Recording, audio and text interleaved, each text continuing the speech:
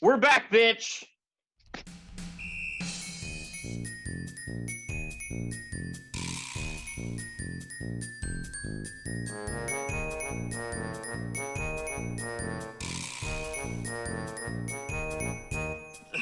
Woo! Welcome back to Marvin's room. It's been like what, 6 months? I would say so, honestly, about there. When things kind of reopened, we went to Spotify, and then I tried to do one or two that were just recorded on Anchor on my phone, and then I just never got around to it. First try, a lost episode with George White floating around out there somewhere that I'm pretty sure has gotten like inadvertently deleted.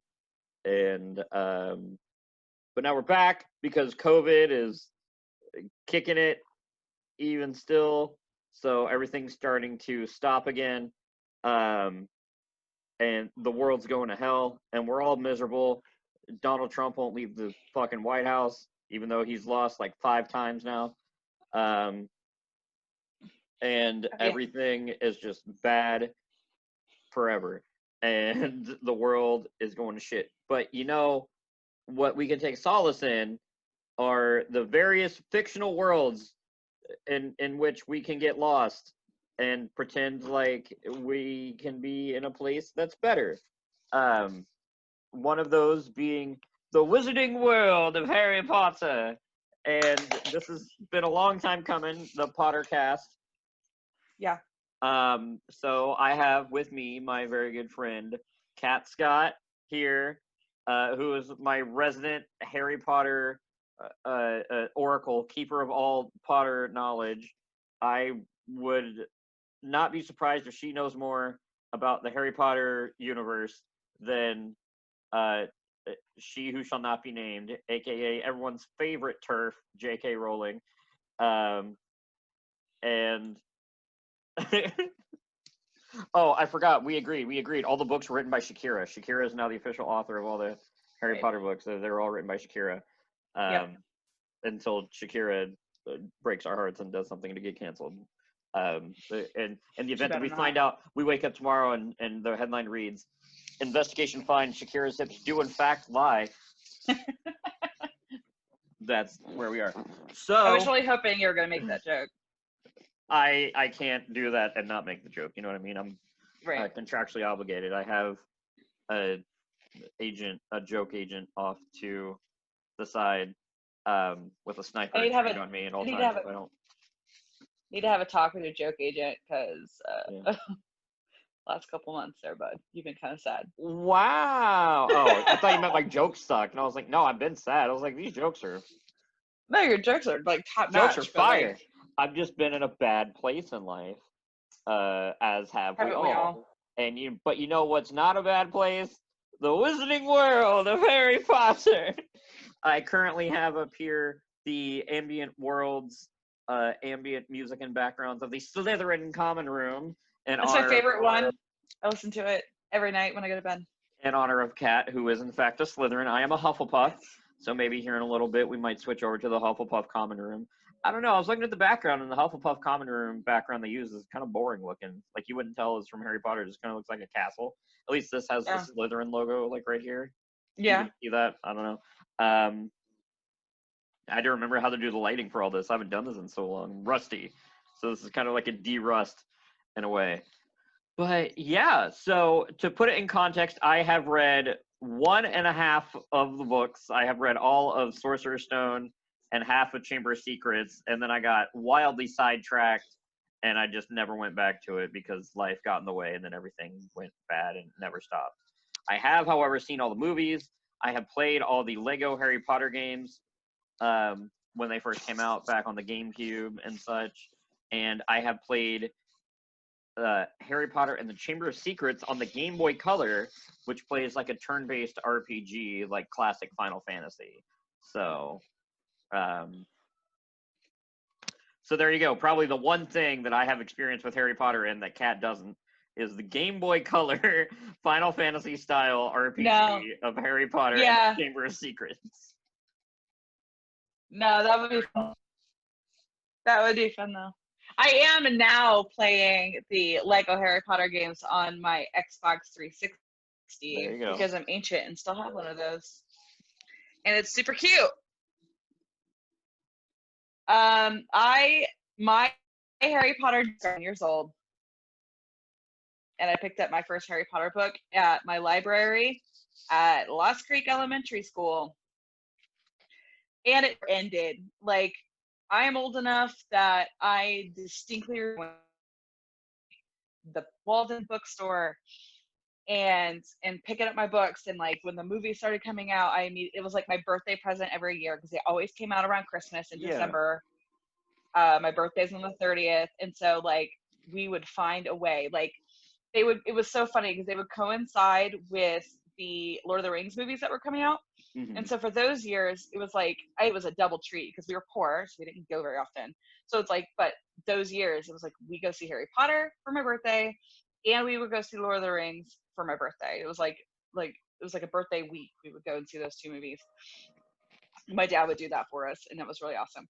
So, and like Harry Potter's just been, I've been like a deep diving fan since I was like 10 years old. Yeah. Like deep. The Harry Potter fandom runs deep in my veins. I was writing fan fiction when I was like 13. It's horrifying. I'm glad none of that exists anymore. Yeah. Because it was Same. bad. No, I really wanted to be into Harry Potter. I don't know. As a kid, I was not as much of a reader as I think I could have been. As a kid, I was always playing video games and watching movies, so that's why I gravitated towards the movies. Right. I luckily, even though my family, my parents identify with Pentecostal Christianity, we were more in it when I was a kid, when we actually like went to church and did the whole 9 yards. Luckily, I grew up with parents who had what I refer to as a brain, because all the other like Pentecostal parents and people were like, "Oh, it's witchcraft. It's the devil. And the kids are going to hell if they watch the movie." And literally, my mom would look at them and be like, "It's a movie, and it's made for kids. As long as like because we had seen like it was one of those things. I grew up in a household where if there was a lot of like sex and such in a movie, we couldn't watch it, but violence was weirdly okay. So I remember like being like a little kid, and one of the first DVDs that we owned when we got our first RCA DVD player, when DVD players first became a thing, was RoboCop. So I'm just like a little kid sitting there watching RoboCop on DVD, watching dude get his arms and legs blown off by Red Foreman from that '70s show and getting put into a robot body and just being like, "Dead or alive, you're coming with me." So my mom didn't really mind if I wanted to watch Harry Potter, because she was like, there are much worse things these kids could be watching. You need to give them a break. She was like, it makes them happy and it's innocent and it's fun for the kids. Just get off it. In stark contrast, my dad was reading the Lord of the Rings books to me as a kid, like little kid, because he's all about, my dad, before he went now, he used to be very much into like the wonderful fiction and like escapism through literature, and he didn't really censor much of our television watching. And I never thought about it until, because I feel like I censored myself weirdly, because I felt uncomfortable with certain themes. Yeah. But like my dad gave me for Christmas one year, and I was like under 14, Austin Powers Gold member on DVD. Yeah, like he thought those movies are hilarious, and he like, who gives their like 12-year-old kid the Austin Powers Gold member DVD? I would say my brother bought the first two movies on VHS. My mom definitely did not like that he did that, and my dad was like, "Oh, come on, they don't actually show anything." And it was one of those where it was like you had to literally, like, if they didn't show anything, my parents kind of didn't care. Like, I was 4 years old. The first cartoon I remember liking was Beavis and Butthead. If that puts anything into perspective, like I would literally be like running around the house with my shirt pulled up over my head, just being like, "I am Cornelio." Like, that would be, I as someone who knows me as well as you do, that tracks. It does track. I also grew up as very much a latchkey kid, Mhm. So I just kind of like ran feral in my own home because Mhm. my dad worked. My dad worked overnights, so like he would, um, go to work, at like freaking 8 o'clock in the evening or 8, 9 o'clock or whatever. We were supposed to be in bed, Yeah. and then he would come home and we would already be at school. Um, and so like we were supposed to be in bed, but y'all know this wasn't in bed. Oh yeah. Like I had just gotten dial-up internet. I was on MSN Messenger until like 4 in the morning. Turn around, go to school. Oh yeah. And so like like I said, we just kind of ran feral. I kind of consumed whatever media I wanted, which was good in some ways and bad in a lot of others because I know what I was doing on the internet. And Mhm. But yeah, I was so pretty known for deleting search history back then because that oh would have yeah, saved a lot of difficult conversations. we've all been there. Mm-hmm. Hell, I'm still there. Your I just parents live still on, look at you. I just live on my own, so I don't have to answer those questions. Oh yeah. I mean, I don't delete my search history now, but because I'm Well, an adult. incognito modes exist, baby. Look, honestly, I'm a degenerate. Everyone knows it. Same. Let's just be honest. The only thing I use incognito mode for is flight pricing. Oh. It's a conspiracy. Because if you keep searching the same flights over and over and over again, the prices go up. But if you do it in incognito mode and delete your cookies, you can get the lower prices. Interesting. I'll have to keep that little knowledge just like in my pocket. Store that in the shelf. But yeah, so we grew up similar. I would say similarly. Definitely, you were always a Harry Potter and Lord of the Rings kid. I grew up in a very my dad was into things, but it was always space shit. It was always Star Wars, Star Trek. That's my mom. That was my mom. So my dad likes Star Wars, but he's definitely way more of a Star Trek person. So How old's your dad? my dad is 54 as of this month. That's it. You're born in 66. Yeah, that's my mom. They're the same age. So that like I don't know, because my dad's a little older. My dad is 62. And so he was born in 59. And so I think that's kind of maybe they were younger when some of these movies were coming out and therefore more interested. So like my dad was really more interested in like the literature. He's like, oh, I read these books when I was in college, when I was in the military. He read it when he was in the military. And he was when he was young and in high school. And then my mom was my mom's a Trekkie. And she likes Star Wars. They're actually way more into Star Wars now because I have a brother-in-law who's obsessed. But like she was a Trekkie, and I remember from the time that I was little that we had like a USS Enterprise Christmas tree ornament, and she had all the books. My mom, because my mom was a big reader, and so instead of like Harry Potter, of course now my mom's read all of Harry Potter because I made her. She read all of the Star Trek books. Anything that came out that was about Star Trek, my mom was reading it. She was very into space. And I'm like, yeah. It's weird. And that's what it is I think you touched on it. It's definitely the era. Yeah. Because the things that my dad got me into when I was a kid were very much what he was into when he was at my age at that time. He was into the original Star Trek series, Kirk played by fucking our boy Shatner and Captain Kirk, early Shatner can fucking get it.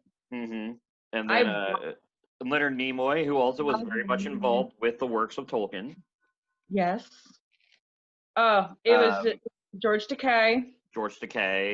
Nichelle Nichols. Yes. Queen. James Doohan as Scotty. Yes. Yep. I don't know. A couple years ago, several years ago, I started like rewatching those first Star Trek episodes, and I was like, fuck. William Shatner was actually really, really attractive. Yeah. but but it's when he talks. They're just like, he's a Gryffindor. I can see that. It's very annoying. As a Slytherin. But yeah, so it was that, and then he was into Star Wars. He got us into Star Wars. I feel like of the family, I'm probably the biggest Star Wars fan. I kind of fell off the map with Star Wars there for a couple years, and thanks to Disney Plus, I've kind of gotten back into it. Especially with the Mandalorian. Mandalorian's just I hear it's really good. Yeah. It's that good shit. Like, it makes me love Star Wars again. Let's put it this way: the season and a half of Mandalorian we've gotten is already leaps and bounds, just blows the sequels out of the fucking water. Blows 7, 8, and 9 just out of it. Like, literally, it could be like, just get rid of them and just be like, oh, what happened after Return of the Jedi? Nothing but the Mandalorian. And I would be like, that tracks. That's fair. It's that good. I have such a weird relationship with Star Wars because, like, space doesn't get me. Like, I don't know. And I want it to, because I want to be involved in this kind of like Star Wars zeitgeist. It's been going on for 30 years, 40 years, 50 years. But I don't know. It's just, it's space. We're in it. What are we gonna do in it? I get that. I understand that.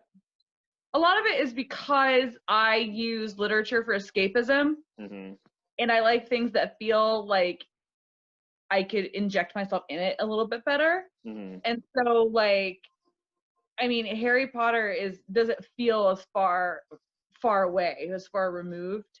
Yeah. As like Star Wars always did. And so even though I want to, I don't know that I've seen a bunch of the Star Wars movies, but not in their entirety. Yeah. I'll turn it on and then my ADHD will kick in. I'll have to go do something because it can't hold my attention. That's how I am with Lord of the Rings. Yeah. Literally how I am with Lord of the Rings. I have had people yell at me and be like, what do you mean you're not a fan of Lord of the Rings? Be like, I can't get into the shits. I can't. And the thing is, like, we have all of our friends that are into it, like Bethany Mahern is into Lord of the Rings, and Michael Oleg and Justin Wood are into it. And Shelley is into Lord of the Rings super hard. And it's one of those where it's like, I really want to like Lord of the Rings. I really want to like Lord of the Rings. But it just high medieval fantasy, I can't. I can't. I don't know what it is. I don't know if it's because I gravitate towards the space stuff. I like tech. Yeah. Space things. Because let's be honest, a lot of the same themes in Lord of the Rings you're going to find in Star Wars. Like at the end of the day, it's all the heroes are. At the end of this day, it's all the hero's journey. It's the same shit you're gonna find in any of it. But I think what it comes down to is like the kids who like ran around the woods like wielding sticks, and then the kids who like hung out at home play video games. Because they're I did both, but I think like because of the way I was brought up, I was kicked out a lot. Like, I was told to get the fuck out of the house and go do something. And so, like, for me, my youth wasn't tech heavy. But it's different for everybody. Because, like, I know my brother, his life was tech heavy. Yeah. He had access to similar tech. I did not personally own my first video game system until probably like 2004, and it was an N64. Yeah. It was way past time for N64. But that's just how it went. My dad wasn't really into video. My dad did not really like video games. My mom did, but I didn't live with my mom. So I think that has a play in it. Like, your life was tech heavy. Yeah, and even when, like, we would run around outside, doing the whole thing, right? I mean, I lived in a trailer park, so, like, we were, we're riding bikes with the trailer park kids, playing basketball at the little basketball goal that was in the trailer park. But, yeah, it wasn't, like, out playing with sticks, pretending there were wands. We had those types of things, but instead of sticks and shit, we had my parents. I say us, but it was very much my brother. My brother's of huge Power Rangers. Still to this day is huge on Power Rangers. Like, he reads the comics. Like, they have a full, like, Power Rangers comic book that, like, continues the original Power Rangers. and it's a whole thing. So we had the fucking Power Rangers weapons. So Yeah. we would be outside. My brother got the Power Rangers weapons, and I remember like 2002 when the first Sam Raimi Spider-Man came out. They had the web shooter. So my mom, it was just a little thing. It went on your wrist, and you put a can of silly string in it, and it had like the actual like, so you could actually do the thing and like shoot silly string. So my brother and my cousins would have the Power Rangers weapons, and I would just be out there with the fucking. My mom would be like, "Make sure you don't get that all over the porch," and I was like, "Don't worry, Mom. It comes off with water." It doesn't. It didn't. doesn't. So it rained, and I go, "Look, Mom, the rain will just wash away. It's like chalk." And it rained, and then I was just, next thing I know, when it got done raining, I'm outside just scooping up wet silly string off my porch because my brother wanted to play Power Rangers versus Spider-Man, and I was like, well, I'm obviously going to be Spider-Man. Clearly. So then I'm just sitting there just out there with the web shooter. And I think that's what a lot of it is too, because again, instead of Harry Potter, because people were like, oh, you didn't read Harry Potter as a kid? What were you doing? I was like, Other stuff. I was reading fucking comic books and playing like I was playing Final Fantasy. My high medieval fantasy was Final Fantasy 4 and Final Fantasy 7 and I love to a later extent 10 and then Kingdom Hearts after that. And then beyond that, superhero shit. It was all Spider-Man, X-Men, Batman, Superman. Like it was all very much comic book superheroes. Yeah. So Harry Potter resonated with me very, very like strongly as a kid. I remember because I grew up kind of like a really lonely kid. You wouldn't know it now by knowing me as a person, but I was excruciatingly shy.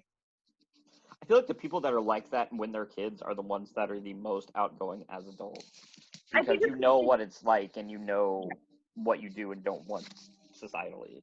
I believe. Well, the Allison, when you crush the garlic, it's like a two-part epoxy or glue. I believe. Leave our boyfriend out, our collective boyfriend. Shout out to Bradley Oni. Shout out to Bradley Oni. The one person who still works for Bon Appetit because everybody else is right? That channel's fucking dead now. What else is Bradley gonna do, honestly? Like, he couldn't run a business by himself. God, no. What would he do? He would just make knives and salts and be like, oh, it was better than us, Ben. Better. Look, I would kickstart. I would fund a Kickstarter to like support him if he needed. Oh yeah. Oh, I would 100%. But back to Harry Potter before we get off track. So yeah, but I was into Harry Potter. Like I said, played the games, played the Game Boy Color game. The Game Boy Color game blew my mind because I was like, it plays like an old school, like it plays like Final Fantasy 2. Like the old school, like Super Nintendo Final Fantasy. Well, Final Fantasy 2 on the Super Nintendo. It's Final Fantasy 4 overall because localizations and things. Yeah, Japan. But yeah, so like your attacks were Harry Potter spells. So the base attack that you start with was Flipendo. So you're basically just for like a quarter of the game using Flipendo and everything. And then you get further spells. You get Incendio, and then you get Wingardium Leviosa, and you get other things. And there's like a dueling club where it's like a side quest where you can do dueling club in the game. And I need to like get the game because I think it was my aunt's game. My aunt Sandy had the game. I need to get it from her, and I'm gonna bring because I have the GameCube adapter for the Game Boy adapter for my GameCube. Fuck yeah! So I'll bring the GameCube over and I'll let you play it because I think you'd really get a kick out of it because it's really fucking cute. It's very Game Boy Color, like it's very much like that art style with the little like MIDI sound effects. So it's like. And there's mini games throughout where it's like in the beginning of the game where it's like you have to like avoid obstacles and get coins while you're driving the Weasley's car. And then there's one where it's like you hold the A button. You hold the A, yes. And then there's one where it's they're cleaning out the garden. So you gotta like hold the A button and like spin. Yeah, you spin your thumb around like up, left, down, right on the D-pad, and Harry will just like spin the fucking gnome, and you gotta like throw it, and you gotta like beat the Weasley score.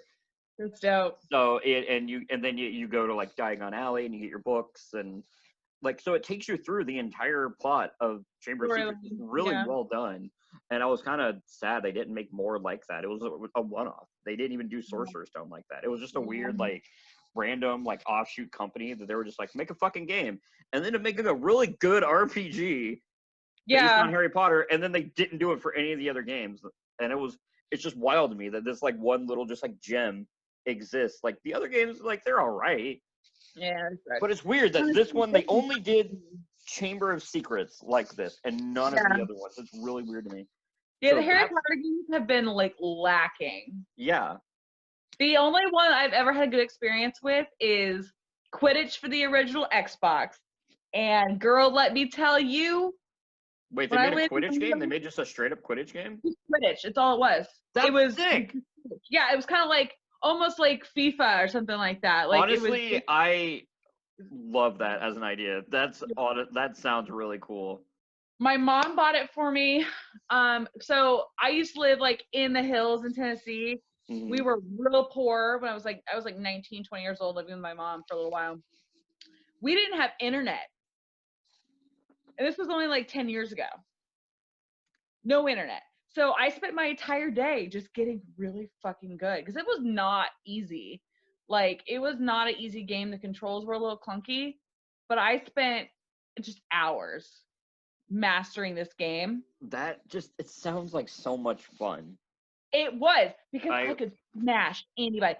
We need to go to like Disc Replay and see if we can find it. Yes. I don't know. My mom might still have it. I might just text her and be like, Mom, send it. Like, I have to get the original Xbox. But like, we would just, I remember like betting actual like things with my stepdad. I was like, I swear to God, if you win, you're going to have to bring me home like an icy from the gas station. Yeah, dude. If you win, I'll mow the lawn or whatever. Because he was so good. I don't understand that man. He is not a video gamer, but you put a controller in his hand and suddenly he's freaking great at it, and it's infuriating. Some people are just savants, dude. He's a savant at everything. He's super smart. It's very annoying. Mike, if you're watching, as you might. There you go. But and then finally when I got real good. I got real good. Yeah. Real good. I was the champion. So we got that. I was on the beta. I got in on the ground floor beta for Pottermore when I was 19, my freshman year of college. Because I got in. You had to go to this website. They were like, "Oh, if you want to get in on the beta, we'll send you this email." They send you an email, and you got to go and you like click all the port keys. Oh, yeah. And they were like, "Oh, we'll send you a code." And OG Pottermore was sick. Pottermore now it's fucking trash, and I'll tell anybody who'll listen. It's a cash grab. It's a cash grab mixed with Harry Potter BuzzFeed. It's garbage. It's garbage trash. OG Pottermore. Let me paint a picture. Oh, yeah. For anybody who didn't know OG Pottermore. Pottermore.com. It's also not even called Pottermore anymore. It's called Wizarding World now. Because Rowling is she's just like, I keep making all these transphobic comments, so I'm just going to get as much money as I can. And just fuck off to the country. Fuck off and make a shitty fucking Fantastic Beasts sequel. Because I'm going to be honest with y'all. Crimes of Grindelwald, more like Crimes of Grundleballs. Because that movie was shit. The movie was trash. And they removed Johnny Depp from the sequel because of the whole Amber Heard shit. Even though Amber Heard's still going to be in Aquaman 2. That's for a different episode of Marvin's Room. We'll touch on that on a different one. We can get the rest of the gang in here to yell on top of each other. But OG Pottermore, it would have a map. And you would do the sorting hat quiz. That's how I found out that I was a Hufflepuff. And you would do the sorting hat quiz. You would be in your houses, and when you did mini games and you did things on the site, interactive, you would get house points. And every like month or so, they would do a house cup. So that way, instead of just doing one per year, they did one like once a month. And if you won the house cup, it was like, hey, you get this little like downloadable thing or whatever. Like, it was cute. It was fun. And you had the little common rooms where it had like a forum, like a message board where you could chat with other people like in your common room. You could brew potions. There was literally a potion mini game where and it was cool because like my freshman year of college is when it really kicked off, and it would do it in real time. So you would do all the stuff and it'd be like, come back in an hour and see if it worked. So I'd be like, bet. I would do all this and I'd like go to class, get out of class, be like, I wonder if my potion worked. There was a dueling club, which admittedly didn't work that well because it relied on both people. It was basically online multiplayer. It was the closest thing to online multiplayer.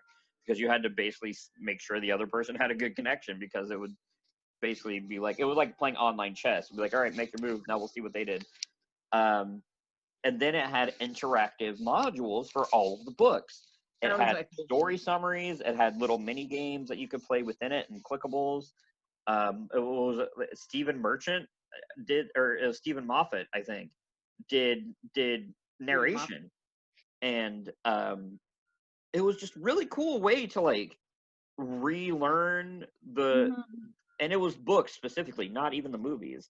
So somebody who at that point had only seen the movies, it would kind of gave me an introduction to the books and how the information is presented, because anybody, I mean, even if you're not a huge Potter nerd, the rule of just movie adaptations is you're not going to get everything that's in the book, or things are going to be differently. Harry Potter, did you put your name in the Goblet of Fire? Dumbledore asked calmly. The movies did Ginny shit. I'm just going to put it out there. I've read that multiple times too, and I love Ginny, so. Shit. The one thing I feel like the movies did the best was casting. Oh yeah, the casting was fantastic. There were a few things where it's like, I wish Richard Harris hadn't died. Yeah. Casting was. And to bring it back to Lord of the Rings, apparently when Richard Harris died, the first person that they approached before Michael Gambon was Ian McKellen. And he was like, Richard and I were kind of, he explained it like he and Richard were kind of like rivals. And he was like, I wouldn't feel right taking the part of somebody that I considered a rival. He was like, I felt like it would just be too petty. Also, I don't think, I mean, of course, Ian McKellen is great and everything. He was already on track to play an old wizard, and he was already Magneto. So I feel like he was just like, I'm already two old men of varying mystical powers, one of whom is already an old wizard who's angry at everything, and the other one is an old Jew who's angry at it, or an old Jewish man. I don't know if I can say old. I don't know what the parlance says. We're gonna cut that part out. The other one is an old Jewish man whose family was killed in the Holocaust, who can control metal, and just basically has a weird sexual tension with Patrick Stewart for 3 movies. Because let's be honest, that's Magneto and Professor X in a nutshell. Like, you could write a thing where they're a legitimate gay couple and nobody would bat an eye, because literally, basically Dumbledore. That's literally because that's confirmed sexual energy. Like they were a thing. And let's be real, what are I almost said Grumble Boy. What are Dumbledore and Grindelwald? That's the ship name, is Grumble Boy. That's the ship name. The Grimes of Grumble Boy. That's the name of the episode. That's a fan movie. But yeah, I mean that's what they are. And I've seen this. I don't know if there's this one TikTok that I don't know if you've seen it, where it's like, J.K. Rowling did not write an original story, and he does all these parallels where it's like a young boy, his parents are basically killed or just not around, so he is of magical birth and gets sent to live with his non-magical aunt and uncle who don't want him to have anything to do with this old magical shit. But then an old magical man who becomes his mentor, who eventually dies, ends up teaching him about all the magical shit because he knew his father, who was also pretty strong in the magical shit, and then he has to go and fight an evil emperor of darkness. It was like, congratulations, J.K. Rowling wrote Star Wars. Yes. And you know what? Harry Potter's just Luke Skywalker. It's true. It's true. Except Harry didn't have a secret sister that he made out with unknowingly, so he's got that one up on old Lukey Skies.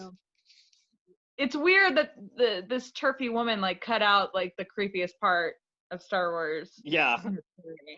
But she made other creepy parts, so it's fine. It's also, and I've also seen the argument, I saw this tweet where it's like, pretty fucking ironic that the woman who wrote a mystical universe where you can transform into anything you want to be does not believe that somebody could not be of the gender in the body physically that they were born into. She literally created the metamorphomagi or whatever, metamorphomagus, Tonks.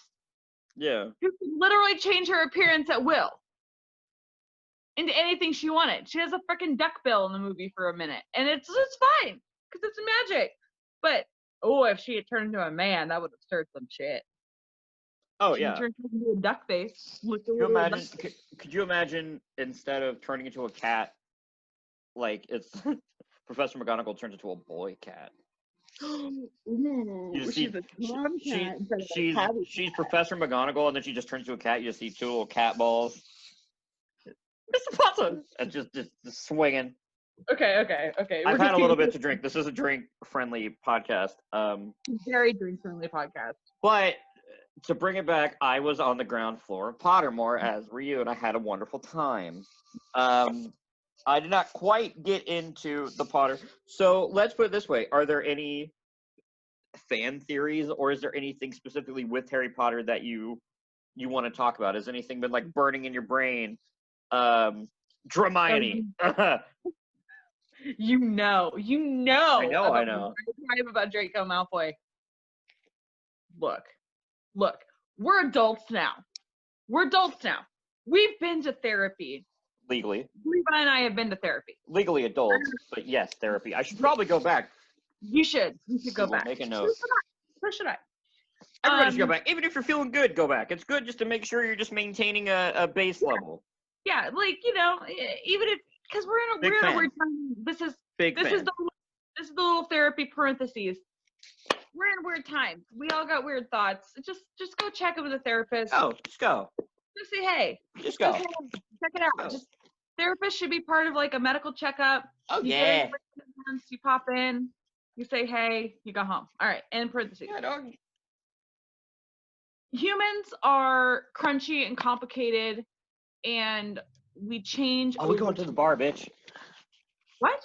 We're going to Hogsmeade, motherfucker. But humans are crunchy and complicated, and I know J.K.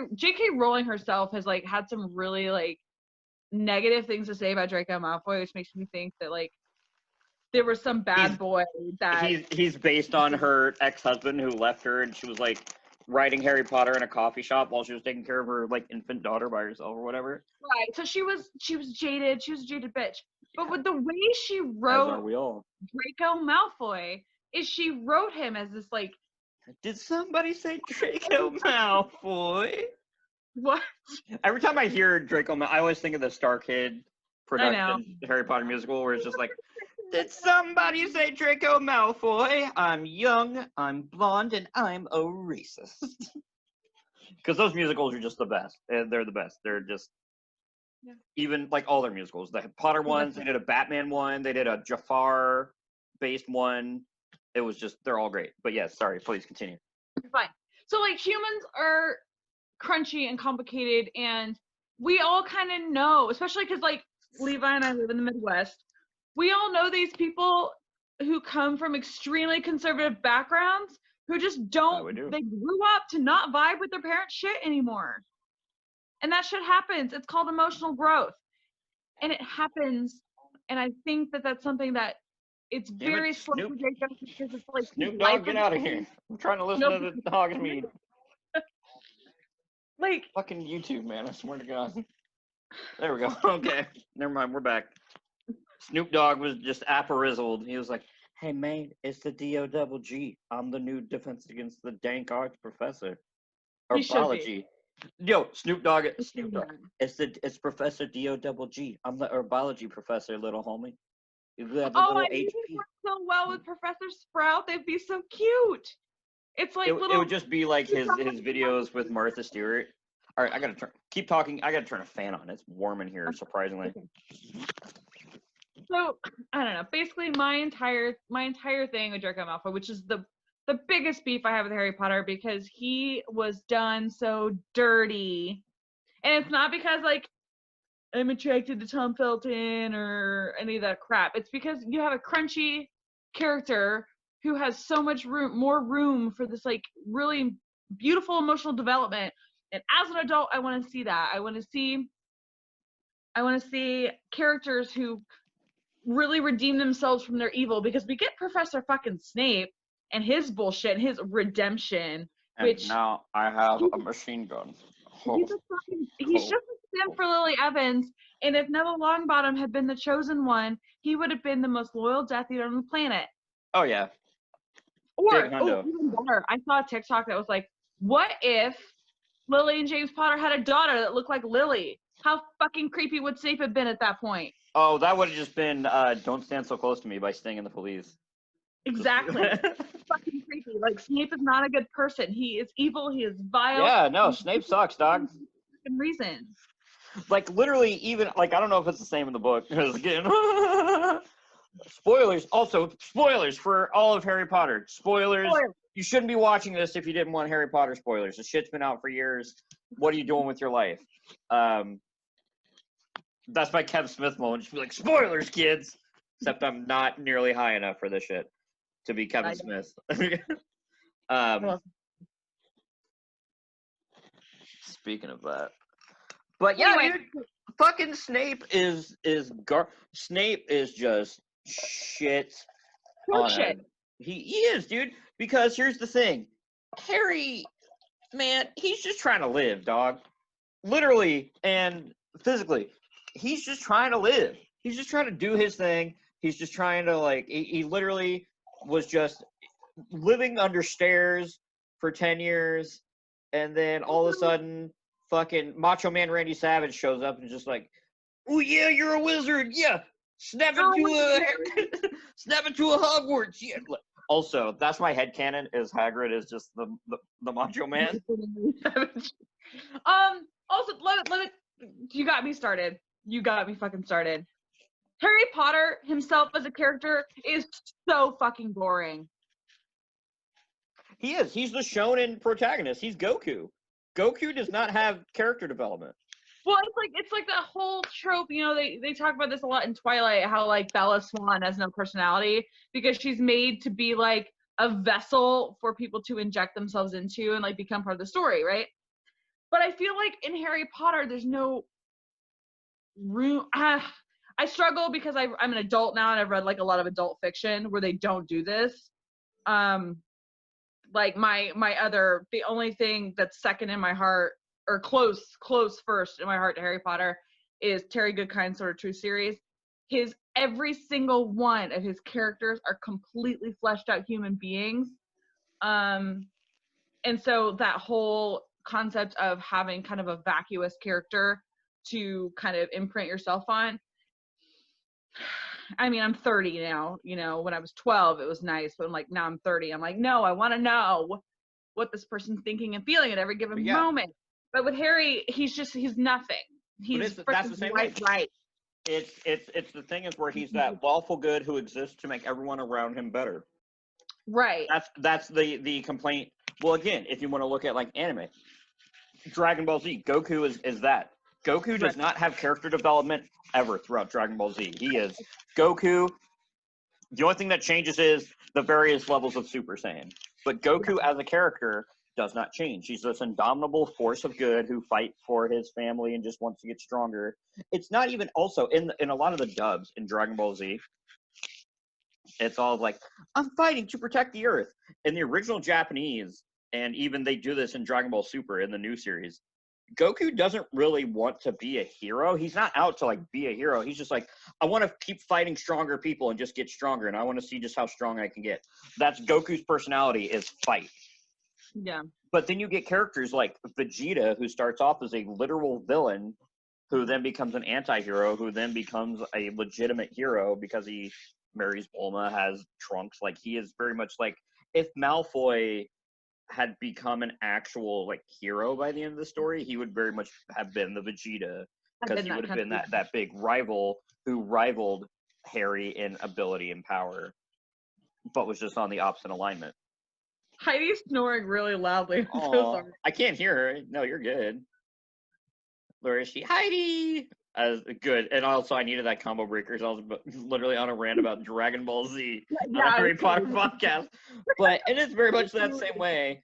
But yeah, you know, and you see that a lot with protagonists, though, because like they end up being more flat characters. They're not as dynamically fleshed out because they kind of just and it's a lot of complaints people have about Superman.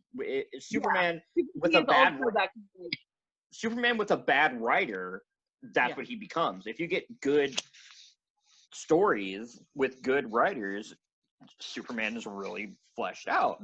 But then at the same time, it's like, oh, he's an indomitable force of good, and he's super OP, and go fuck yourself. Right. Or read a Batman story if you want character development.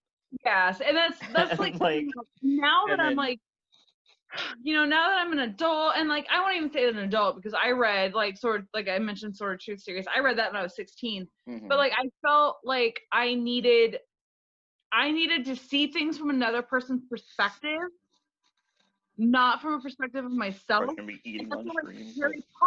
Harry is very much like he's just a shell that you're supposed to inject yourself into. Yeah. You don't get to see, excuse me, another person's perspective, and you don't get to think critically about a lot of these thoughts all the time because you're kind of guided into these other people's, this other character's thought process.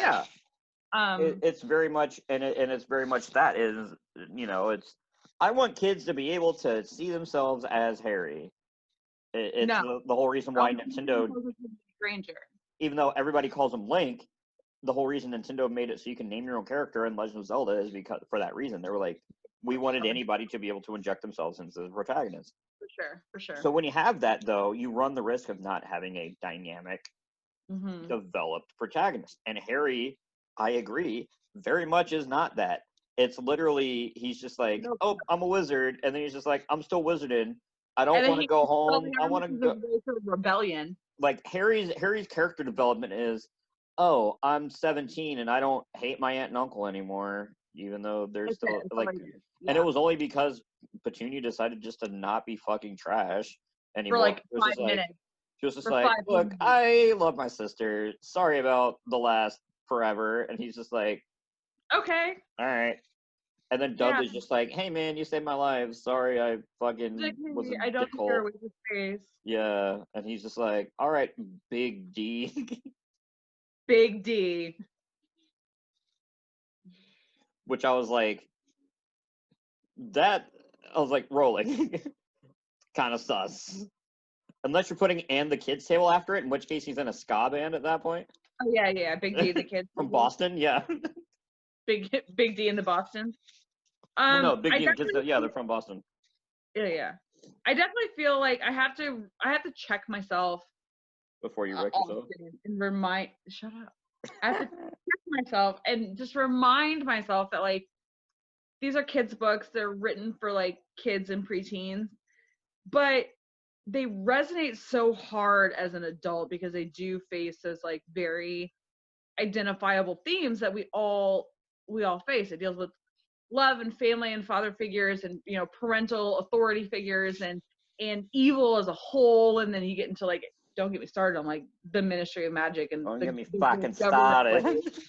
Dude, we can talk about the Ministry of Magic. We can talk about some fucking Ministry of Magic. And Cornelius Fudge and his bullshit. Man. Fucking old dude from the Borrowers, dog. Yeah, freaking old deep state, like freaking bullshit. Yeah. I'm pouring some more wine because now you've got me in it. AAAB. All orders are best. It's just, it deals with all these like adult themes that we're seeing. We just dealt with this big election where you could I mean, Betsy DeVos is Dolores Umbridge trying to. Dude, even dresses like her. Like, oh my god, it's bad. Oh, and Dolores Umbridge. That was the joke I was making, like everybody else was making too. Is just like, cool. So when the Biden administration takes office in January, do we get to watch Betsy DeVos get carried off by centaurs? Hell yes. I'd be down for that. Yeah. I mean, you're talking about like these institutionalized these later books. She really drives home this like institutionalized like government problem. Like it's like if the government had paid attention, the evil wouldn't be happening. Basically, yeah. That's all it took, because like all this stuff could have been stomped out if they just listened to Harry from like book 1. Yeah, honestly, because it's that the scene in one of the movies where Dumbledore's in the Ministry of Magic and he's just like, he shall not be named as back, and they were like, no, he's not, and you just see Michael Gambon, like he plays that so well. He's just like, Yeah, he's like, He literally just goes, I don't know what else. I don't know what the to fuck do." else to tell you. Yeah, like it is what it is. Oh, and like, you know, then there's talk about like themes of like wage inequality when you talk about like the house elves and slavery. Yeah. And there's so much that's woven in there. And I don't know. And that's the that thing is the movies don't even cover it. It's what is spew? No. Spew, is that what it is? Oh yeah, the Society for the Protection of Elf Right or Workers or something like that. Yeah. Like founded by Hermione Granger. Yes. They don't talk about house elves because Dobby and Creature are the only ones that we see. Yeah. But like house elves they're written extremely racist.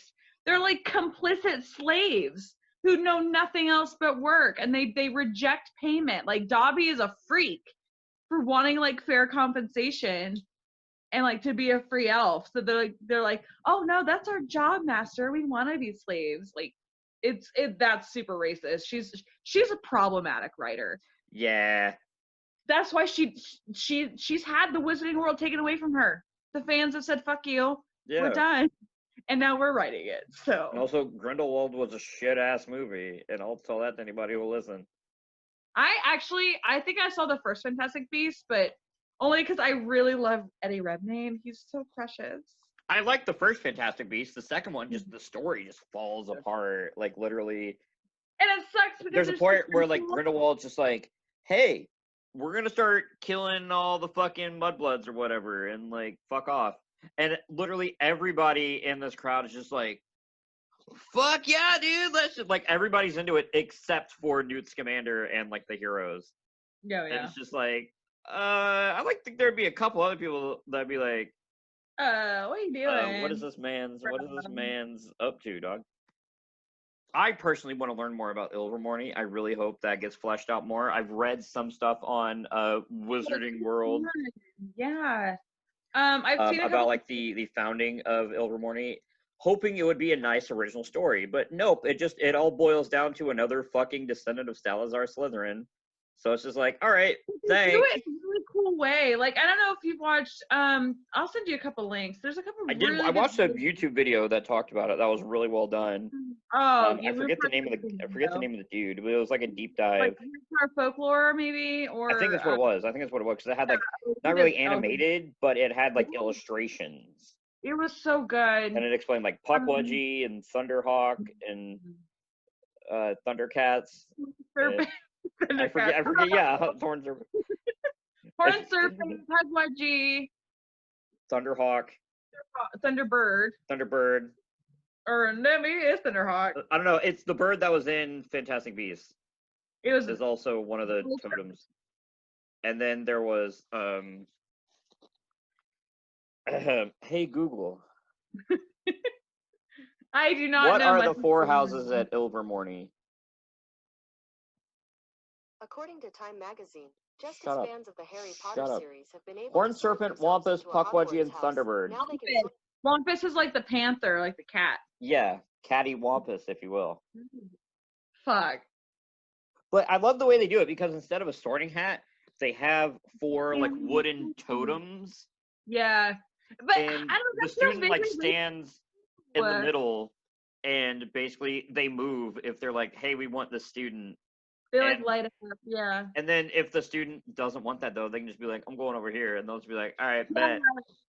It feels very American. Like it's we stole our ideas from native peoples with these like wooden totems of native creatures. Yeah, so and you get to choose. So yeah, and I love how it's like Horn Serpent. It's a horned serpent. Wampus is a cat. Thunderbird is a bird. Puckwudgie is a fucking like troll goblin who's good at archery. Who's also really snarky. His name is William. It's basically a bird, a cat, a snake, and Danny DeVito. Like, I'm in Danny DeVito's house. I am. Well, I took. It wasn't an official quiz. Obviously, they don't have one. It was a BuzzFeed. They did. They used to. For Ilvermorny. Pottermore did for like a year. They had an Ilvermorny quiz. They did. I was sorted into Horn Serpent. I took one. I got into Puckwudgie. But they did for like really short amount of time, right before they went to like the Wizarding World.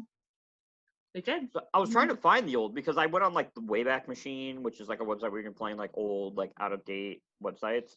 And I was trying to find like assets from old Pottermore to see if I could find any old games. And that shit just does not exist. They literally just like scrubbed it, which is weird because they put in all that work. Why not just leave it up? Like J.K. Rowling has the rights. Scholastic is still branded on Wizarding World. It's not like they don't have the rights to their own properties. Right, and it's like You know. you're excluding like a huge part of your fan base by like taking out the American stuff. Because I feel like, you know, Harry Potter's huge in America. It's massive. Well, that's the thing, man, and it's like, I don't know. I want it because they talk about it in Fantastic Beasts, but they were like, "Oh, Ilvermorny is the best school."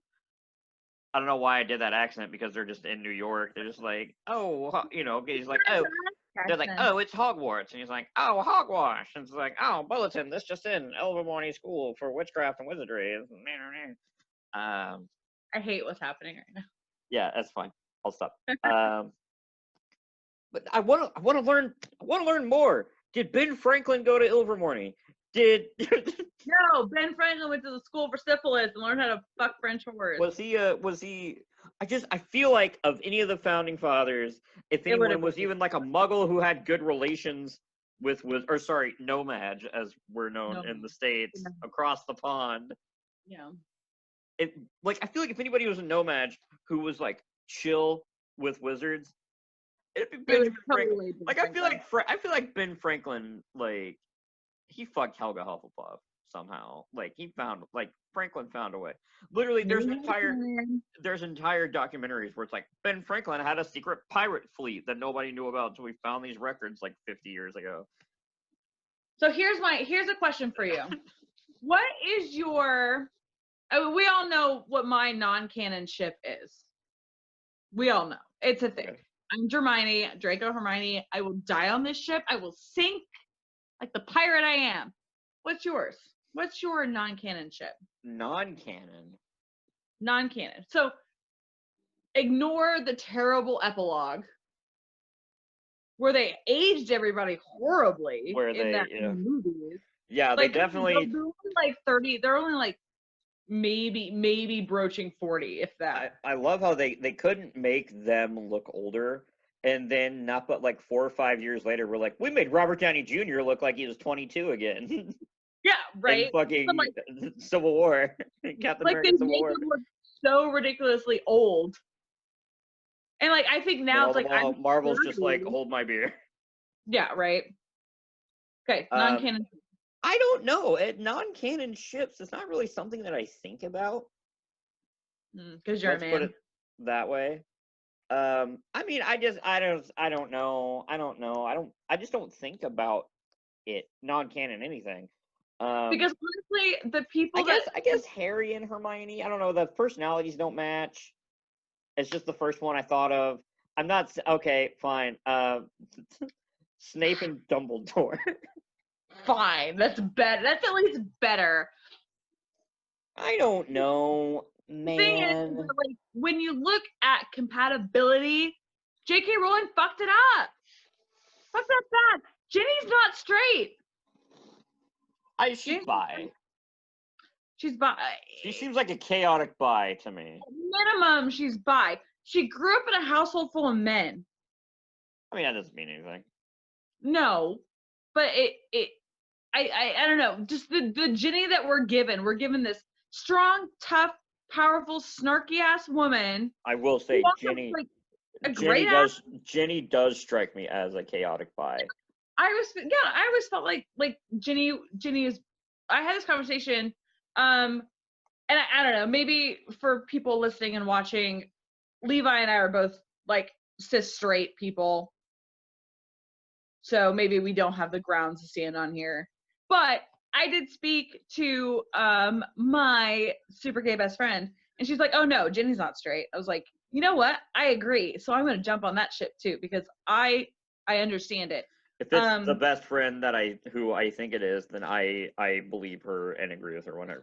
Yeah, because she and I came into, it's Stephanie. She knows, I was about to say, yeah, because she knows what she's talking about when it comes to She and Potter I things as well, at the same time. we wrote our co-opted fanfic together. Yeah, yeah, And you I got told our me about that. first Harry Potter tattoos at the same time.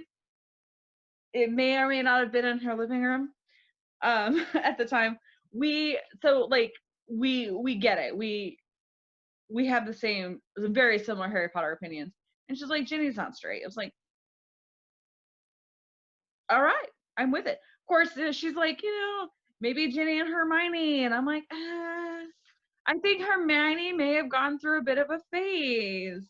I don't know. For me, like, I have a hard time seeing Ginny or Hermione as anything but straight. But I also have straight bias, so I have to, like, think of that in my head. But I also think that Hermione is destined to be a Draco Malfoy. True. That will die on the ship. I don't know, man. I feel like Harry and Luna kind of had a thing that could have been a What? thing. I think that would be so cute. I think that could have been a thing. They had some good chemistry. You know what I think of when I think of Harry and Luna? I think of me and Dan. My boyfriend, Dan. Yeah.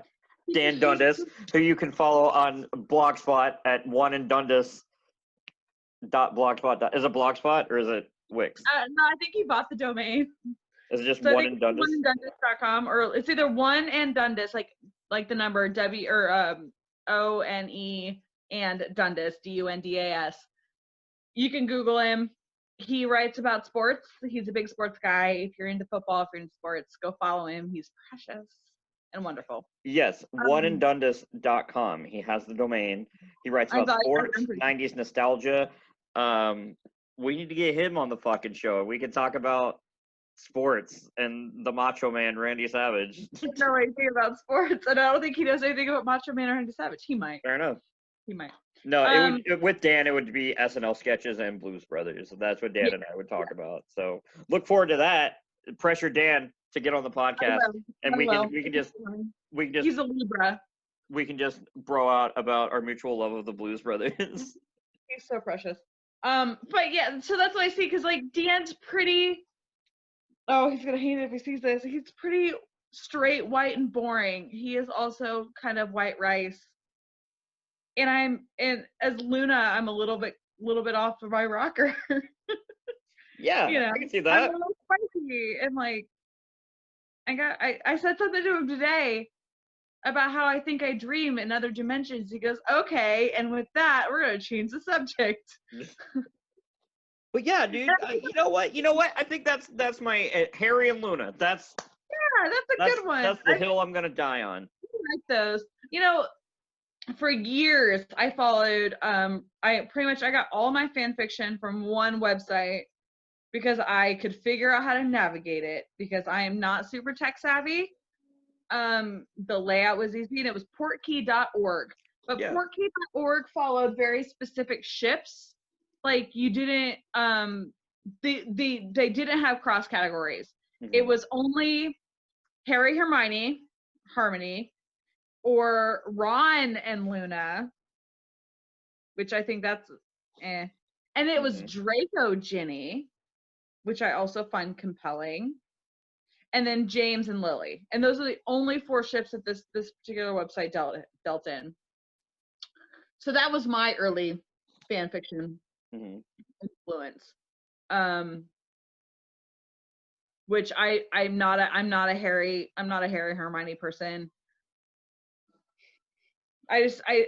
Hermione is such an amazing woman and amazing character, and she is the linchpin of the entire series. And she deserves somebody who is as intellectually adept as she is. Oh yeah. And she needs a challenge. She needs a fight. She needs someone Ron to kind of is about as intellectually stimulating as a fucking plank of wood. He's got the intellect, or he got the emotional range of a teaspoon. Yeah. That's the quote from Hermione Granger herself. I don't know what side this is going to be on when we watch the recording back, because I know sometimes Zoom will be like, you're over here for me. But then when I watch it back on Zoom, it'll be over here. So I'm doing this. I'm probably going to look like a fucking idiot. Whichever way I point. No, I'm trying to point to Kat. I'm just trying to agree. Ron Ron is precious to me. Honestly, I think of Dan as my Ron. He's my golden retriever, my happy puppy. Yeah. And I love that. I love Ron. And I think Ron's so important because he really gives us that like loyal friend. Yeah. You know, that Well, person. that's the thing. Everybody in the main squad, even though they're all Gryffindors, they have other house qualities. Oh yeah, absolutely. You And know, he's happy. Hermione definitely, even though she's a Gryffindor, Hermione very well could have been a Ravenclaw. Harry had the inner conflict between him and Slytherin. Ron definitely could have been a Hufflepuff. And then Neville is what I personally feel to be true Gryffindor. Oh yeah, absolutely. Neville is 100% Gryffindor. I see there. I've always, I don't know, maybe it's just like my fan fiction imagination running wild with me. But I see a really distinctive darkness in Hermione that I think is really fun to explore. You see her punch the lights out of Draco Malfoy. And she has got this tenacity to do whatever it takes. We see her get that time turner in Prisoner of Azkaban. She says, fuck it, I'm going to take like 15 classes. How am I going to do it? Oh, I'm going to bend the laws of time and space.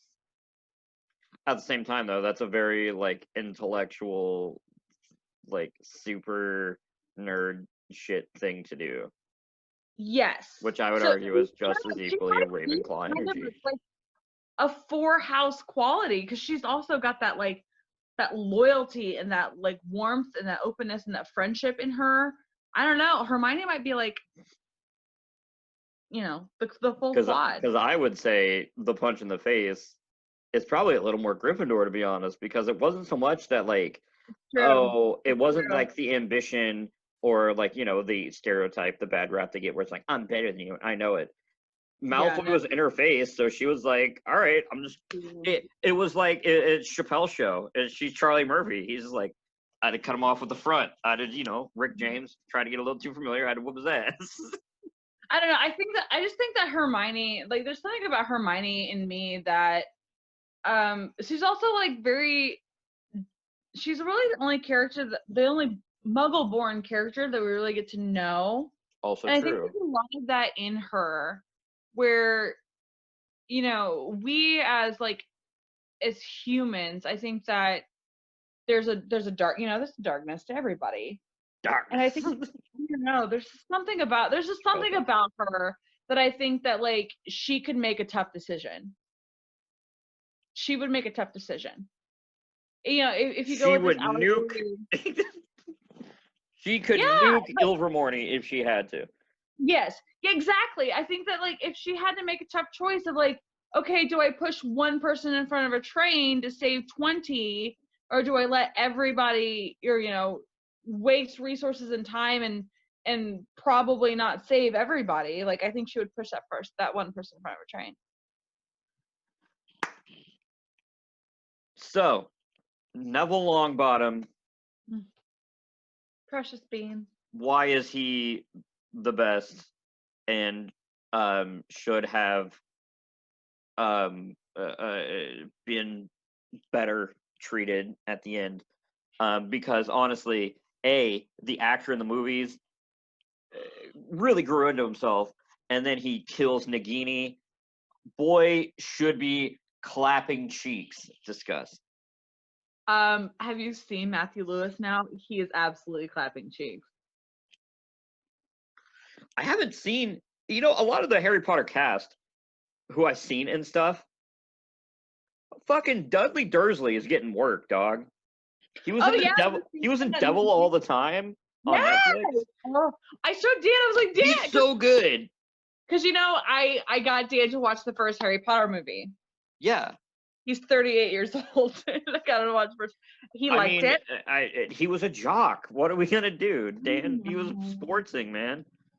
He was playing football. But he watched the first one finally, and he liked it. And then we watched Devil All the Time, like maybe a week later, and I was like, I'm gonna say this is not Harry Potter related. I cannot say enough good things about the Devil All the Time. Oh, it's so good. The only thing I didn't like about that movie was just like some of the Sebastian Stan scenes.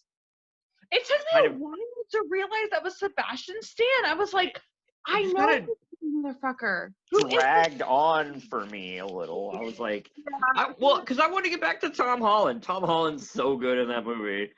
I wanted to get back to him just like beating ass. Like literally there's a scene where like the three dudes who like try to like rape his stepsister or whatever. Tom Holland literally you can find this on YouTube. Just go on YouTube. so Tom good. Holland literally just like slams like a car hood on a dude. You see him like kick a door shut and not like he channels his inner Jason Statham.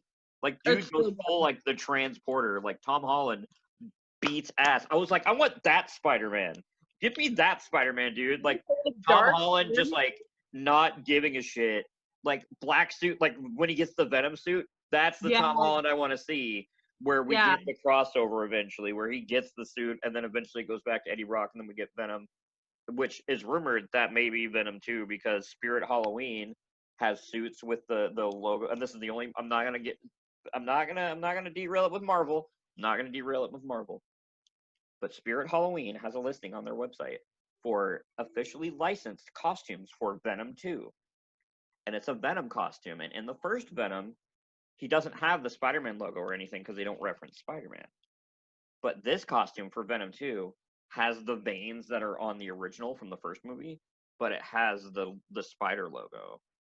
So we're at least going to, it may not be like the symbiote may not attach itself to Peter Parker, but people were thinking they're at least going to start referencing Spider-Man more.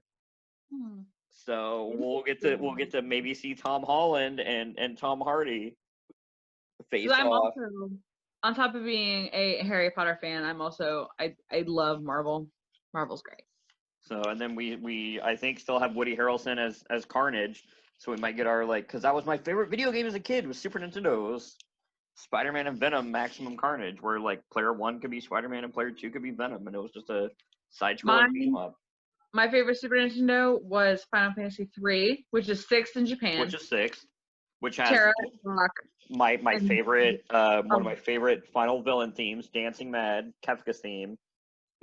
Is one of the best. It's up there with like One Winged Angel and Zeroma's and I forget the villain from 8. I don't remember Ultimecia, I want to say. I didn't say 8. 8's so good. I have never finished that game. They're all good. It's Final Fantasy. Because there's a reason. It's because I always played it on an emulator because I did not want to spend $90 on like getting a system. Yeah. So like I always played my Final Fantasy 3 because my mother's a gamer. Like my mom's 54 years old and she games more than anybody else I have, like more than any bro I know. Like you get her, she got VR for her PlayStation just so she can play Skyrim. Speaking of that, my brother got the Final Fantasy X and X-2 HD remasters on Switch. So my brother's finally going to get to play Final Fantasy X. And he got Final Fantasy 12, which I've never played 12. So I kind of want to like jack it from him. So I'm going to have to see what he thinks of Final Fantasy X and let you know. Because how I feel about he definitely loves the turn-based Final Fantasy. So I think 10 is the last like traditional like turn-based. So I think he's really going to enjoy it. You know how I feel about Final. We have to do a Final. We'll do a Final Fantasy cast. We'll get James Helton, and we'll do a Final Fantasy cast. I'll see if maybe if I can get my brother. We'll see if we can get Joshua maybe to join us. You know how I feel about Final Fantasy X. So we all know how you feel about Final Fantasy X because that's what I like is Final Fantasy as a series. We all have our like it all comes down to 7. Like James and I did the on the Marvin Comedy YouTube channel right here on this YouTube channel. You can watch an episode of Marvin's Room. I'll see if I can do a little boy at the top, little time card at the top. You can watch me and James Helton talk about Final Fantasy VII Remake, and I ran for a half hour about how much I hated that Kingdom Hearts 3 like kind of low-key ruined everything because I wanted Kingdom Hearts 3 to be really, really good, and Tetsuya Nomura was just like, "Oh fuck you, we're gonna go make Final Fantasy VII Remake, baby." You guys just listen to James Helton talk about anything because he is. Oh yeah. He's also gonna when things get a little more back to normal, he's gonna teach me how to skateboard, which is sick. So I'm gonna actually learn how to skateboard. Roller skate. Yeah, so we'll figure that out. That'll be for a different. You'll maybe see that on the Marvin Comedy YouTube channel. I'll just be like, hi, I'm Levi, and welcome to Jackass, and I'll just bust my shit. You can borrow some pads. I got extra pads. Thanks. Boo. Yeah, because you got the whole because you were on that roller derby. I'm a road skater. Yeah. When I'm not a lazy sack of shit. But that's not what we're talking about here today. That's just a mid-roll ad. This episode brought to you by Raycon. This episode It's brought not, to you but by I wish. wine. Yeah. By wine and vodka. I was about to say by cheap vodka and sparkling water. Let's be honest, you guys are just listening to like a typical conversation between Levi and I. I'm about to say, nobody who's watching this, let's be real, nobody who's watching this doesn't know us already. Right, exactly. Either, they're our mutual friends, or if they're just my or your friends. Right. They know how it is, and a lot of the people who don't know you personally, there are people who have seen this podcast. I've had a few people, like, when I brought up bringing the podcast back, they were like, oh my God, yes, because the last one, like, they loved the episodes, which I was like, sick, because it was just 2 hours of me and my friends being dumb. And they were like, yeah, but we love that. Like, you guys actually have a lot of good things to say. So we've actually gotten some good reviews so far. And now we're back. And we're back. Baby, guess who's back? Tell a friend. Marvin Room podcast is back. We're in Hogsmeade. What place, if you could only pick one place in the Harry Potter universe to be able to go to for like a day, like where would you go? That's tough. Because of course, like something like the easy answer is like, oh, well, I want to like go to Hogwarts.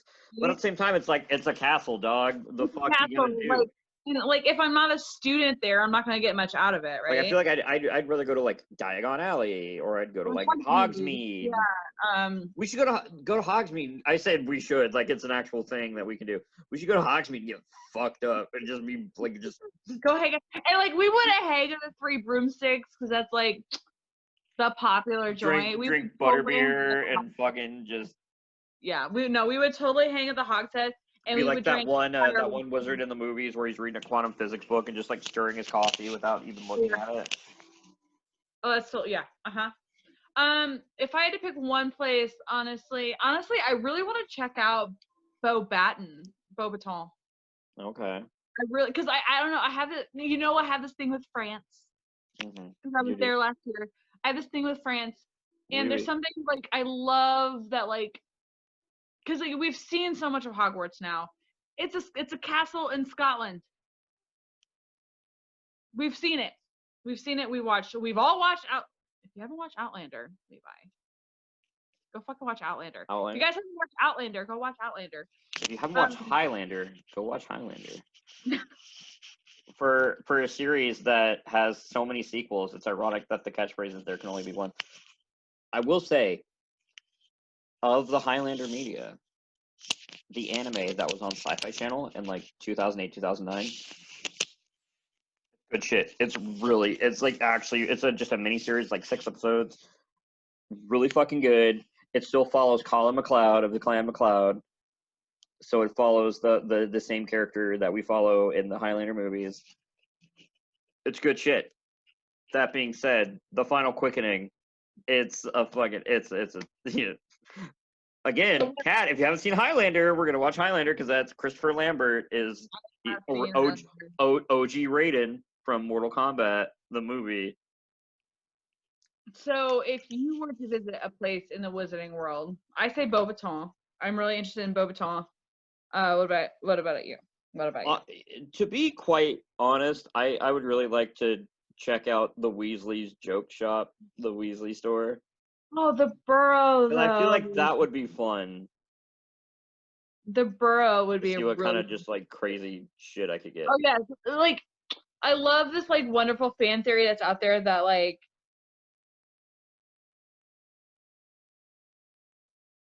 I lost my train of thought. ADHD people. Fan theory. The Burrow. Fan theory. Weasley joke shop. Was it Fred that died or George? Fred. Fred died. Oh, but you know more than I do. I know it was one of them. I always get that. Look, I'm as bad as Molly Weasley. I get those two mixed up constantly. But the living Weasley, that's the fan theory is that he basically became Willy Wonka. He is Willy Wonka. Oh, that's tight. So, yeah, it's like that's like a really fun fan theory. Is he just became Willy Wonka and created like the Willy Wonka shop, obviously, because it's you watch Charlie and Chocolate Factory or Willy Wonka, And It was Fred, but I Googled which Weasley brother dies. There's a snippet of an article. The first line is Fred Weasley was hardly the boy who lived. What the fuck, US Weekly? okay, US Weekly, we got beef officially. What the fuck? Fred Weasley was hardly the boy who lived. Aw, poor Fred. So George became like, see, and like I knew that, but I always feel like I'm gonna say the wrong thing and put my foot in my mouth because I've also had a lot of wine. I'll say that's just me as a person without alcohol, so live your truth, sis. Note that she doesn't disagree. No. Go ahead, take your drink. Keep chugging. I made that way too strong. You were saying. I think that would be I think that like but I mean the joke shop's in Diagon Alley. So you could just say Diagon Alley and you'd have We'll just say Diagon Alley, yeah, because I want to go to Ollivander's and I want to go to fucking Bartles and James, whatever the shit is.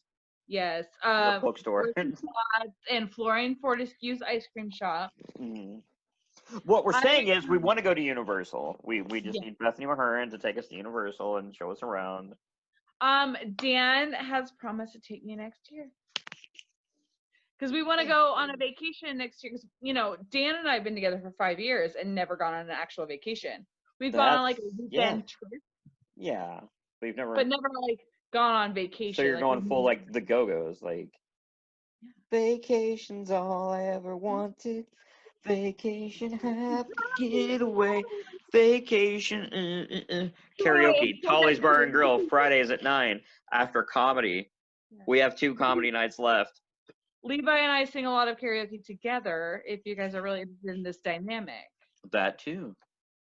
But yeah, so and we have his best friend from his younger youth days lives in Tampa. Okay. So we're like, let's just go to Tampa and see Joe, and then we can just like mosey on over to Universal. And he goes, okay. I was like, oh honey, you're gonna take me to Universal. You're gonna take me to the Wizarding World of Harry Potter, and you're gonna see a grown bitch cry. Like a lot. Yeah. Like a lot.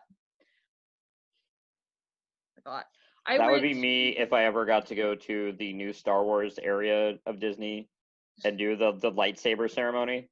I would be like, because I've like heard like what people do, and it's literally like they give you the kit where you like you pick your parts. You're like, I want this, this, and this, and then they take it away, and then like they assemble the lightsaber like backstage, and they make you go through the whole like ceremony. Like you turn on the lightsaber and you hold it up.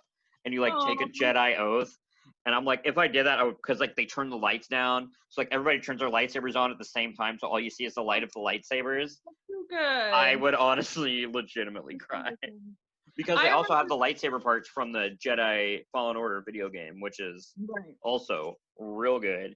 It has Cameron Monaghan from Gotham and Shameless as the lead character, Jedi Cal Kestis. I remember, so we'll do that a different day. Star Wars is a different day. We're on Harry Potter, baby. Yeah, we're on Harry Potter. I gotta go to Ollivander's and get a wand, bitch. My best friend and I don't know why I had just like a sandwich thing. My best friend and I took a trip to Salem, Massachusetts a couple of years ago. Because we're both kind of, we're witchy. You're witchy women. We're witchy women. Very Stevie Nicks. But we went to think the Santana song, but also the Cher song, and that's.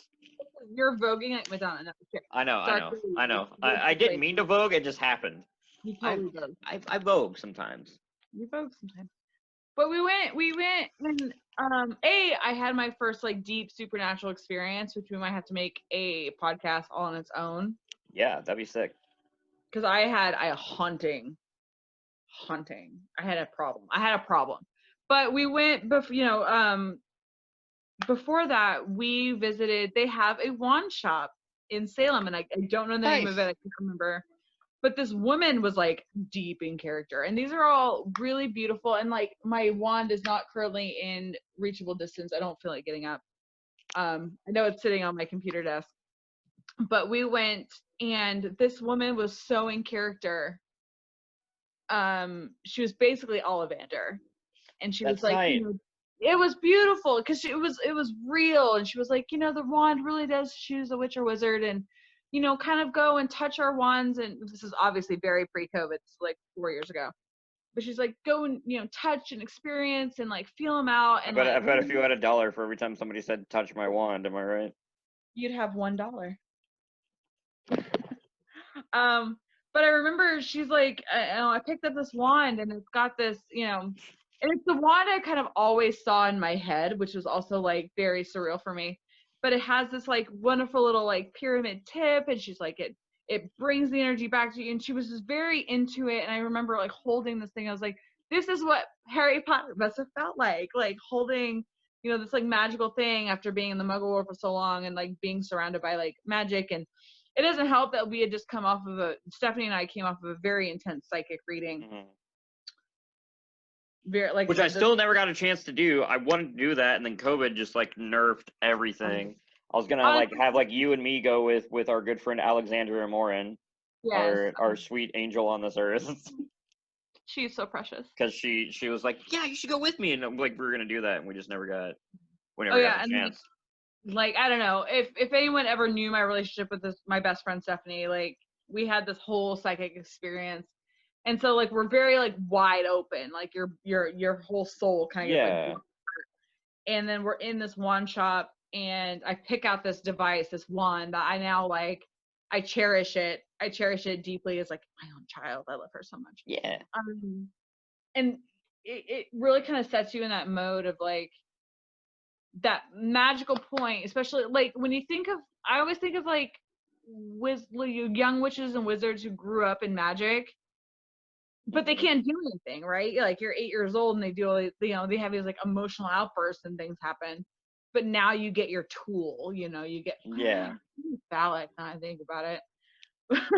But like you get this like instrument to wield your power and like that emotional connection, because it's the wand that you're supposed to have for the rest of your life. Well, yeah. And I kind of got that. I felt like I got that experience in a way that I don't think that like the Wizarding World of Harry Potter and Universal could give me, because it's all very like staged, commercialized. Yeah. And this was like a very real experience, And yeah, you're in Salem. Yeah. Like I know it's just a piece of wood. Okay, I know. Because unfortunately Harry Potter's not real. But something emotionally clicked inside of me, and I was like, I cherish that object. Magic is nothing more than an emotional, spiritual connection that you have with the rest of the world. It's the same as faith. It's the same as just any force that is not tangible, that you can't fully understand yet you feel. It's the Force. It's to bring it back to Star Wars. It all boils down to that's what it is. So if that's something that you're feeling, then that's not to get all. See, now I'm getting all like, now I'm getting invested. I'm getting into it. It's something you feel. That means it's valid, dude. Because this world is cold and heartless, and anything that makes you feel something inside that moves you as a person, that's valid. That exists, man. Or whatever. Like, I'm gonna have a cookie. You've seen me be moved to tears with Harry Potter, like moved to tears, and I can't tell you, like, I don't know. This fandom is so special. It really is so special, because we're all, even though we may have like different viewpoints and things like that, it's very defensive. But I've rarely seen it. I would imagine, I mean, every fandom has like toxic individuals. I've rarely seen it become legitimately toxic like some other fandoms that I've seen. Because shut that shit down. But because like Kingdom Hearts has some toxic fucking fans. If you're a speedrunner, if you're a Kingdom Hearts speedrunner and you dare have an opinion about Kingdom Hearts, the fans who are like, we love the story, will fucking murder you. And it'll literally just be people that'll be like, hey, the games could have been made better because there's some technical things to the games. They will like crucify people on Twitter for being like, oh, you don't think Kingdom Hearts is the best thing ever? No, Kingdom Hearts is trash sometimes. Yeah. And Harry Potter is the same way. There are pieces of Harry Potter media that are low-key trash, that are mid to high-key trash. Pottermore, Wizarding World. Pottermore. Current Wizarding World is fucking garbage. But I still have. They're doing better with the Patronus quiz because apparently you can like AR experience the Patronus quiz, but it didn't work on my phone, so it's still trash. What's your Patronus with? What's your Patronus? I want to hear yours first because mine's hilarious. I am a Tonkinese cat. Tonkinese cat. I love how specific it gets too. What does Tonkinese cat It's like mean? a Tonkinese. Like where's Tonka? Like it's a plastic truck? Like a Tonka bean? Like it's a Tonka truck? It's just really just a cat. I don't know. I'm gonna look it up. Cat. Tonkinese Question mark? cat Patronus. We're gonna see what. But of course, it's a Okay. cat. Like Okay. A Wizarding World. A Tonkinese cat Patronus might indicate you're a curious and loving person. The breed delights in playing games, unlike lazier cats, and is very generous with their affection. It is. Hang on. There's more. There's more. Just kidding. There's not. There are no. Okay, there is. Just kidding. There are no fewer than 6 types of cat in the top 20, but the one that came in second to the dolphin was the Tonkinese cat. In terms of like most popular patroni. It's no real surprise that cats were amongst the most common Patronus types. According to J.K. Rowling, it is usual for you okay? You good? We good? We good? I mean, It is props up on the usual. one. According to J.K. Rowling, okay, we'll. According to J.K. Rowling, it is usual for Patronus to take the form of an animal commonly found in the caster's native country. Okay. Mine's a salmon. I got salmon. Yeah, I know. Yeah, I the first time I ever took the quiz, it was like an Irish wolfhound. But I Oh. was like, but that was also when I took the Sorting Hat quiz. It put me in Ravenclaw No, because you're it a became Wizarding World. It wasn't Pottermore anymore. So they were like, you got to retake the quiz, man. You got to remake your profile, man. And it was like, you're in Ravenclaw, and I went, dog. If you literally saw what I've been doing with this grad program right now, I am in Ravenclaw. G. I enjoy intellectual pursuits, but I am not studious whatsoever. I am the last minute man if there was one. Like I am the prototypical procrastinator. I put the pro in procrastination. Like that's who I am. So then I made a new account. I got Hufflepuff. So I was like, I'll go ahead and retake the Patronus quiz. And I got salmon. So let's see what Wizarding World says about salmon. Because as soon as I got salmon, you ever seen the Power Rangers movie? Like the first Power Rangers movie back in the day? Who was the villain? It was Ivan Ooze. Yes. The very first Mighty Morphin Power Rangers movie. They get the ninja powers, and the Dulcea, who's like a Wonder Woman, like a Amazon woman type figure, she's telling them about their powers, and she's like, "Oh, the Tommy, you're the Falcon, you're winged Lord of the skies, and Kimberly, you are the Crane, you are elegant and just." And she gets to Adam, who is the Black Ranger, who is John Young Bosch, who has been in a lot of anime, and he was in Ichigo and Bleach, and he's in a lot of video games and stuff. Really cool dude. He's in a band. He's been in a couple bands. Dude's like actually a good singer. It's really crazy. But he was the frog. Adam was the frog. So she just goes, Adam, what's wrong? He's like, I'm a frog. And that's how I felt getting salmon. I was just like, I'm a salmon. Like I knew what it felt like to be Johnny Young Bosch in that time. So let me see if Pottermore Wizarding World. I'm gonna call it Pottermore. That's just what it's gonna be, dog. I'm just gonna say it. So, it doesn't have anything about salmon. All right, thanks, Wizarding World. Salmon. But because it's not even in the top 10, dog. The top 10 are dolphin. It's because the top 10 most popular amount that people got has dolphin, Tonkinese cat, fox, Saint Bernard, hedgehog, and then it has a handful of rarities: unicorn, snowy owl, stag, wood mouse, albatross. The top 20 most popular Patroni on Wizarding World are dolphin, Tonkinese cat, Manx cat, Nebulun cat, fox, Saint Bernard, dog, weasel, basset hound, a black and white cat, hedgehog, deerhound, West Highland Terrier, Siberian cat, tortoiseshell cat, white stallion, white mare, white swan. A lot of whites, not looking good, J.K. Rowling. Osprey, borzoi, and ragdoll cat. So I like to think that means that I'm special because I'm not in the most popular. I'm in the salmon category. The salmon category. Can you imagine getting Hedgehog for that? Like your Patronus is just a fucking Sonic character. Yeah. Like it's just a furry. Your Patronus is just a furry. You know, it's so funny because I've taken these quizzes several times, but I get the same answers like I've taken this quiz probably maybe like 5 or 6 times over the last 10 years, and it's always the same. I must not be changing that much. I think one time I got Gryffindor over Slytherin, which is poor shit, because if you know me, your girl's Slytherin. Honestly, just look at your aesthetic. Green shirt, which I feel like you picked purposefully for the podcast. I did not. I've been wearing this shirt all day. And then you have the my quarantine shirt. Oh, there you go. And then you have the you purposefully got your hair done because it would look like Narcissa Malfoy. So, and I'm Hufflepuff. I don't have any yellow shirts, so I'm rocking. Go check out Cold Beaches on Spotify. They're an indie band. And by indie band, I mean it's really just one person, and she's the singer, and then she just has like her friends be like drummers and like produce like music for her. She's a guitar player and singer. Really cool. She's based out of Chicago. I opened for her in my friend's basement one time because Terre Haute music scene be like that. And by Terre Haute music scene, I mean I did stand-up comedy to open for her. I am very much not in a band.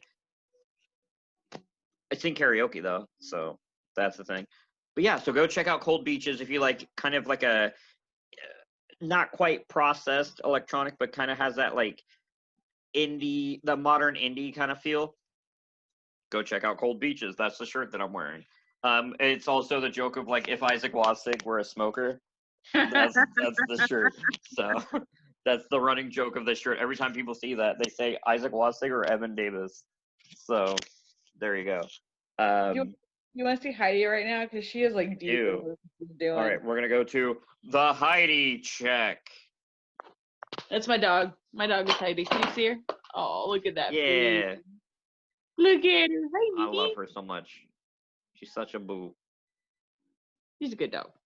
All right, I knocked my entire so no, you're good. So long story short, my Patronus is a salmon. Salmon. It's a salmon. I don't know what that means. I couldn't find anything. I'm gonna look again. Have you? They have a wand quiz. Have you done the wand quiz? Yes. What's your 15-inch Holly with dragon heartstring. I'm gonna try to log in. I'm gonna see if I remember my credentials. Because I just recently like remade this. Oh, hey, there we go. Google having a Pixel 2. Google remembers my password. Google remembers your passwords if you have a Google account. I know, but on my phone, I literally was just like, do you want to use your, like, I can just hit, like, log in with my shit. Because my phone is connected to my Google account. I identify heavily with Slytherin. All of my backgrounds are Slytherin themed. Look, this is my Slytherin head girl theme. There you go. Dan gave me this laptop. He goes, what did you do? I was like, I made it mine. My wand is a hawthorn wood with a unicorn hair core, 10 inches, ladies, and surprisingly swishy. And by ladies, I mean my girlfriend, Shelly. Hawthorn wood with a unicorn hair core, 10 inches, and surprisingly swishy flexibility. I like that you have unicorn hair. You know, I know every time, because Pottermore, this isn't the same one I had on Pottermore back in the day, but it was unicorn hair core as well.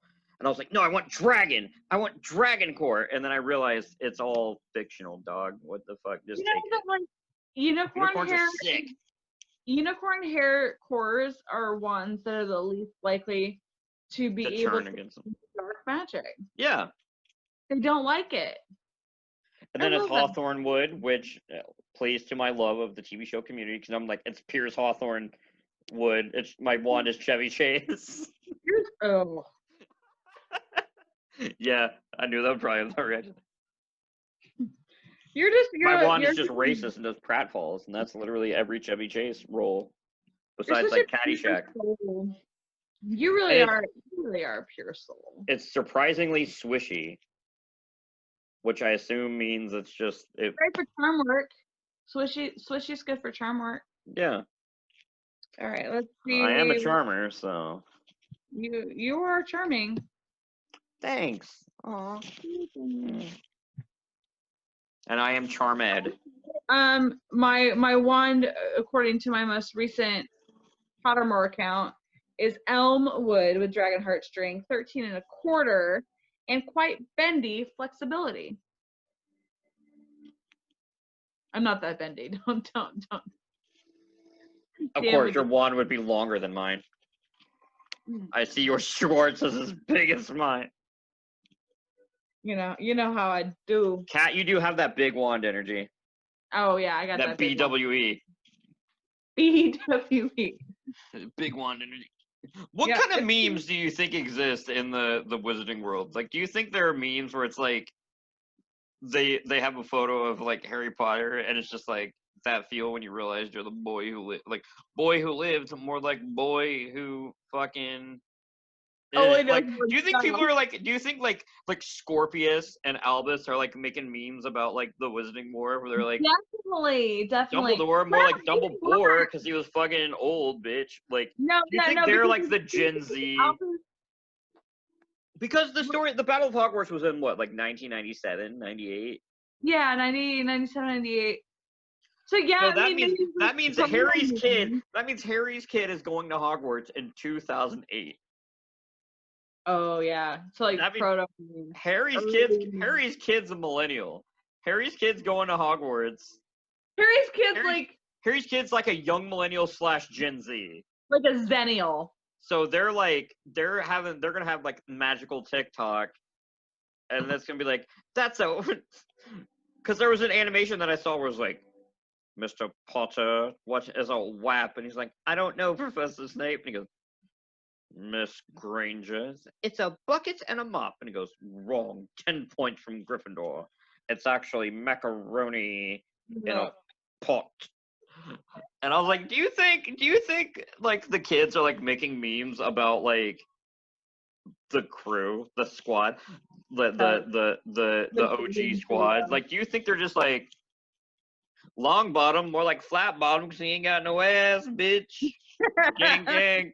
This post brought to you by Love Good. I'd like to love her good. You know what I'm saying? She got them titty. Like, do you think they're just? I don't know why they're all just like oddly sexual. That's just memes.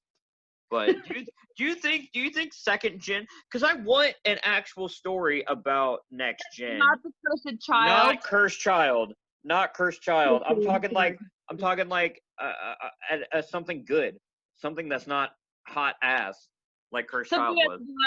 A freaking bastard child of Voldemort and some other. I want like something on the quality of like Batman Beyond. I want the Harry Potter universe as Terry McGinnis. If Harry Potter is Bruce Wayne, I want to know which I guess would be Albus, because fucking the writers for Batman Beyond had to go and be like, oh, Terry McGinnis is just a clone of Bruce Wayne. And it's like, no, you ruined it. Even though they were the same ones, like Paul Dini. I don't know. They were just like, oh, he's a clone of Bruce Wayne. Spoilers for the end of Justice League, the cartoon. And I guess to a lesser extent, Batman Beyond. But I want something on the level of Batman Beyond, because Batman Beyond's that good shit. It's that hotness. But I don't know, man. There's no reason why they can't. Like she's so busy doing prequel shit with Fantastic Beasts. Like, there's no reason why we can't get sequel stuff. Something decent sequel-y? Yeah, no, I don't know. I guess that's just where the fan fiction. Fan fiction, baby. Fan fiction. I don't know where to point. Again, we established this.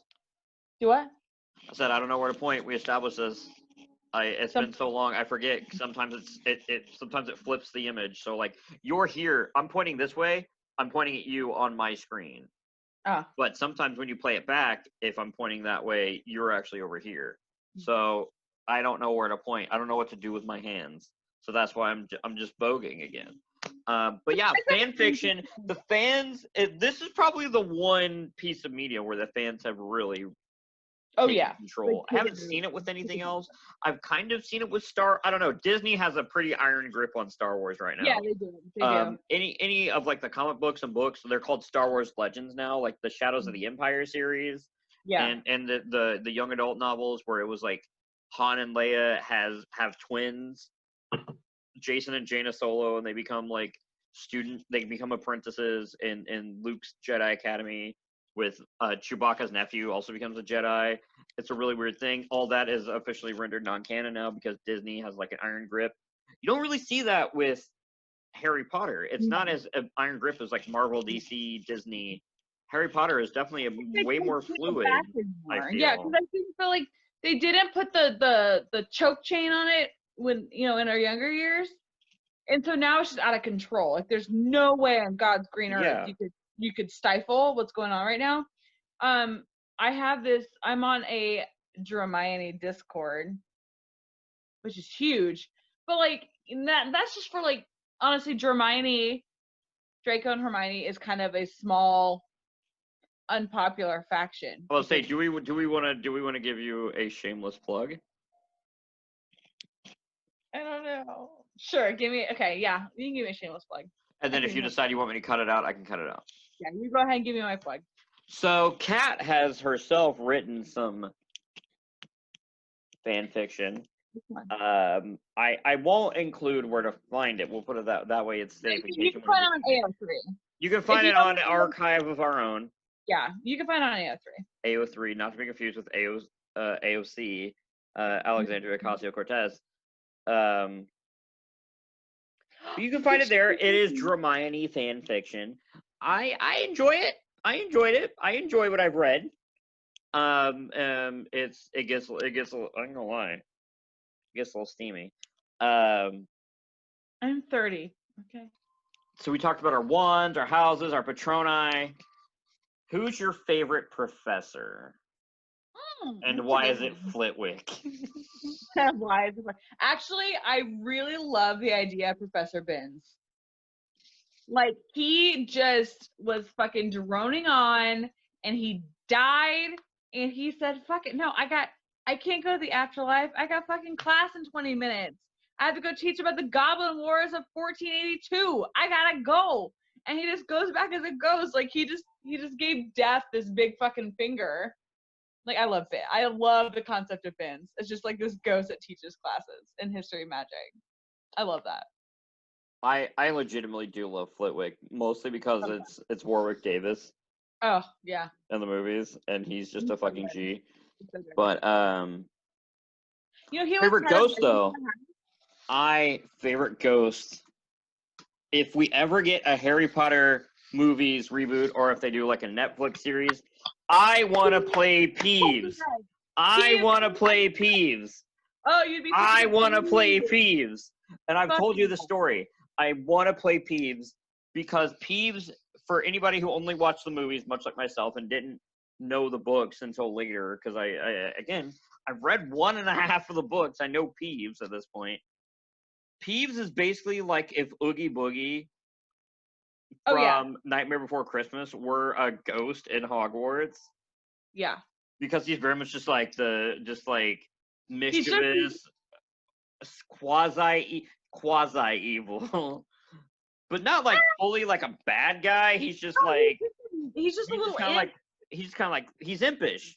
He's Oogie Boogie. He's just like, oh, I'm gonna kidnap Santa Claus, baby. Like, cause that's how I play it, would be like Oogie Boogie. He's just there to be like the slight ruckus causer. He's a chaotic. He's chaotic neutral. Like, he's not even a ghost. He's a poltergeist. Yeah.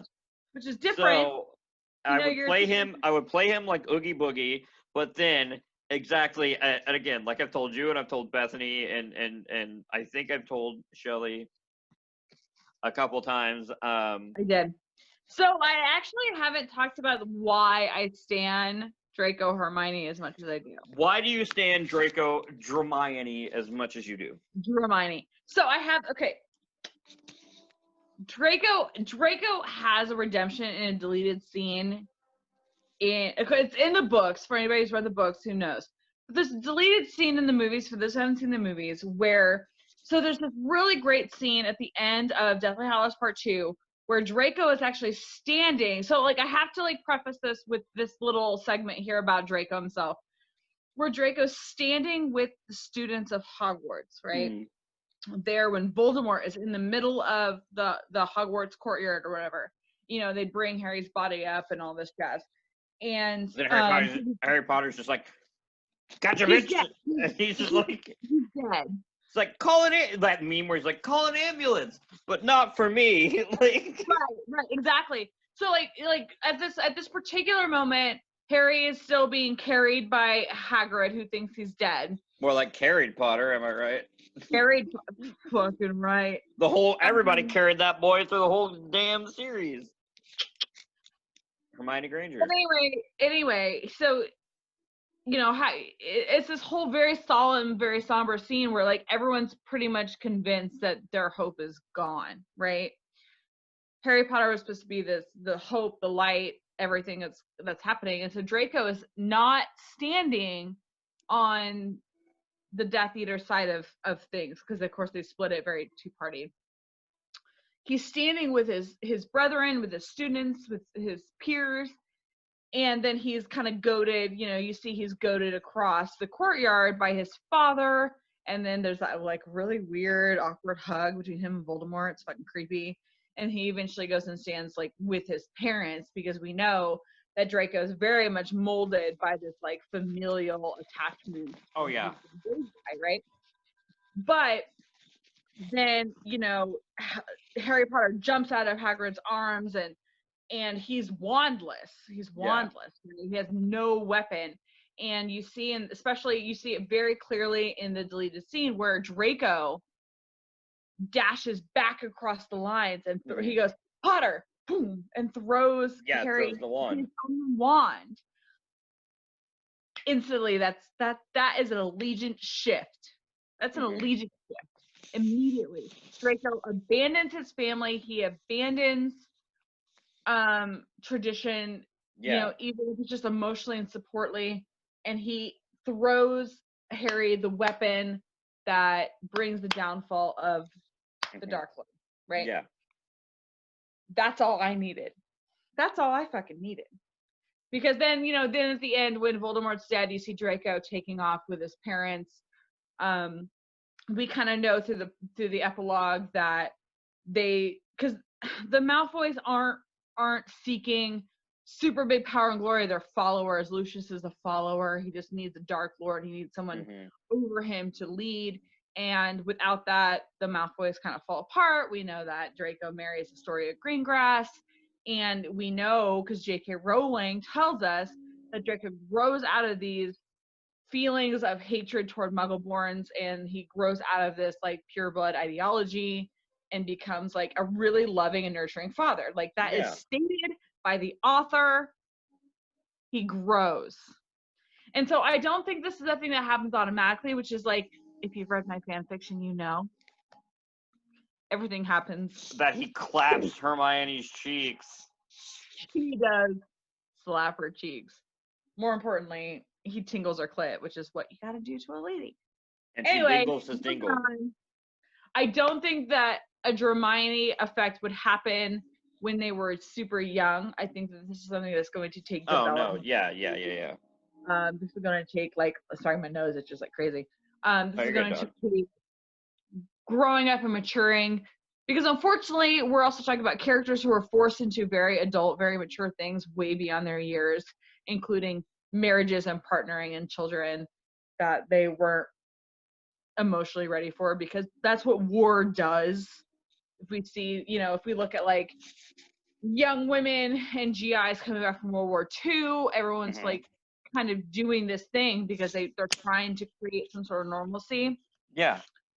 But, you know, if we look at who Hermione Granger and who Draco Malfoy would be in their late 30s, early 40s, you know, we're talking 20 years after these terrible, terrible things have happened. And you can see the parallels of the two and how they could intersect, and how you have, because Draco has always been touted as extremely capable. Oh, yeah. He's a very smart wizard. But the problem is that he had his familial name making it look like that's all that was considered. Yeah. Because he was a very good Quidditch player. But because he had the name and his father kind of like shot him in the foot by like buying everybody these new Nimbus 2001s, you know, in Chamber of Secrets. And you've got an extremely smart, capable wizard who was given the best education from day one. And you're given someone who's a little moody, a little agitated. And then you pair him with someone like Hermione Granger, who I feel like needs that mental and emotional stimulation to function, which is something that I personally understand. Yeah. Because she's also very cerebral and very like, she needs that kind of like someone who's her match, someone who can like go toe to toe with her. Oh, And yeah. she really hasn't experienced that in her life yet, right? She's the brightest witch of her age, and she's one step ahead of everybody all the time. So now, you know, they both got these careers, they got these families that are falling apart and it's just not working, but then they come toe to toe in some way, shape, or form, and you got intelligence with intelligence and stubbornness with stubbornness, and you're talking about some fucking heat. Heat. I think at the end of the day, they're peers. They're peers on an intellectual level. They're peers on like, they're two heads of the same coin, shaped by this war, shaped by this trauma, but just on opposite sides. And not willingly. Like Hermione was thrust into this because she also was just so desperate for friendship and connection when she was 11 years old. Because it could have been anybody who saved her from a fucking troll. Like Hermione clung to these boys. Yeah. You know what I mean? Like it wasn't some deep emotional connection at first. It was, they were the only people who treated her decently. And Draco's got the same thing. His people were the only people who treated him decently. And their parallels run up the same vein for me. Yeah, because they both come from backgrounds that nobody else really understands. Right. Draco's exactly. from the Malfoy family. They're a dynasty of wizards who were fucking Death Eaters and rich assholes, and he comes from this like lineage. And so Hermione is a Muggleborn, and nobody understands that. Like literally, Ron's dad is just like, what's the function of a rubber duck? And they think it's weird that her parents are dentists. Like anybody, like, and they're like, oh, they're dentists? Oh, how fucking unfortunate. But somebody told me, like, both my parents are dentists. Growing up in Terre Haute, Indiana, if somebody was like, both my parents are dentists, I'd be like, oh, sick. So you probably had it pretty good, right? Because that's a steady gig. Like, so I'd be like, bet, that's fucking tight. But in the wizarding world, if you're like, oh, both my parents were dentists, I'd be like, were they dentists for dragons? No, they were dentists for people. It's like, for people, they needed that. We're in Britain. We don't need dentists. We're English. Austin Powers jokes, but But I don't know. That being said, you know, that's the whole thing where it's just like they both come from backgrounds that people like Ron and Harry and Neville and like the average wizard, just don't is not going to get that. And there's a pressure to each side, right? Yeah. Because Hermione is a Muggleborn. She already has the mudblood, the M word. Yes. So like there's this deep pressure to succeed always because she has to she feels like she's got to overcome this like dirty blood, you know, this they both have this pressure to succeed. Exactly. Mm-hmm. Sorry, I don't mean to like talk over you. I'm not trying to like you are clearly the Harry Potter expert here. I want it very much to be stated. Tenuous knowledge at best. Again, my most knowledge is I played a video game on the Game Boy Color and I watched the movies and read the first book and a half. But the whole thing is they both have this pressure to succeed, but from just different angles. For different reasons. So and I commiserate, I don't know, there's something about the character of Draco Malfoy that digs under my skin so hard it's this pressure to drive, like, as a child raised, like, I was raised by a single dad most of my life. Mm-hmm. And this, like, insatiable need, there's something about needing to please your dad that really, like, drives it home for me. And, like, I was never, like, I don't know, because I have a rebellious streak a mile wide, but growing, like, I've always thought, like, growing up under, like, the pressure of a dynasty and a name, because of course I don't have that. We're poor people. But, like, growing up under the pressure of, like, knowing that I'm the sole Malfoy heir, I hold this entire, like, legacy that goes back hundreds of years on my shoulders. Lucius Malfoy pounded that shit into his head. Like, that there was brainwashing going on from day number one. Oh, dude, yeah.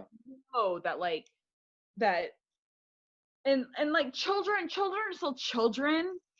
And so I always think of, like, a baby Draco Malfoy at, like, 11 years old, and the earnestness he had to try to be friends with Harry Potter right there at the beginning, right? We see that in the books. We see that in the movies. But then he was immediately rejected because of something that he grew up knowing and thinking that was the truth. And, like, that injury, like, cuts you quick when you're that young. That shit sticks with you. And we forget when we read Harry Potter that we're talking about a volume of children. They're children. Yeah. Like, the oldest we ever see them in action, without it being, like, the epilogue, is 17 years old. Yeah, it's literally like 11 to 17. Exactly. How stupid are you between the ages of 11 and 17? Like, you're not emotionally developed. You're thinking things irrationally.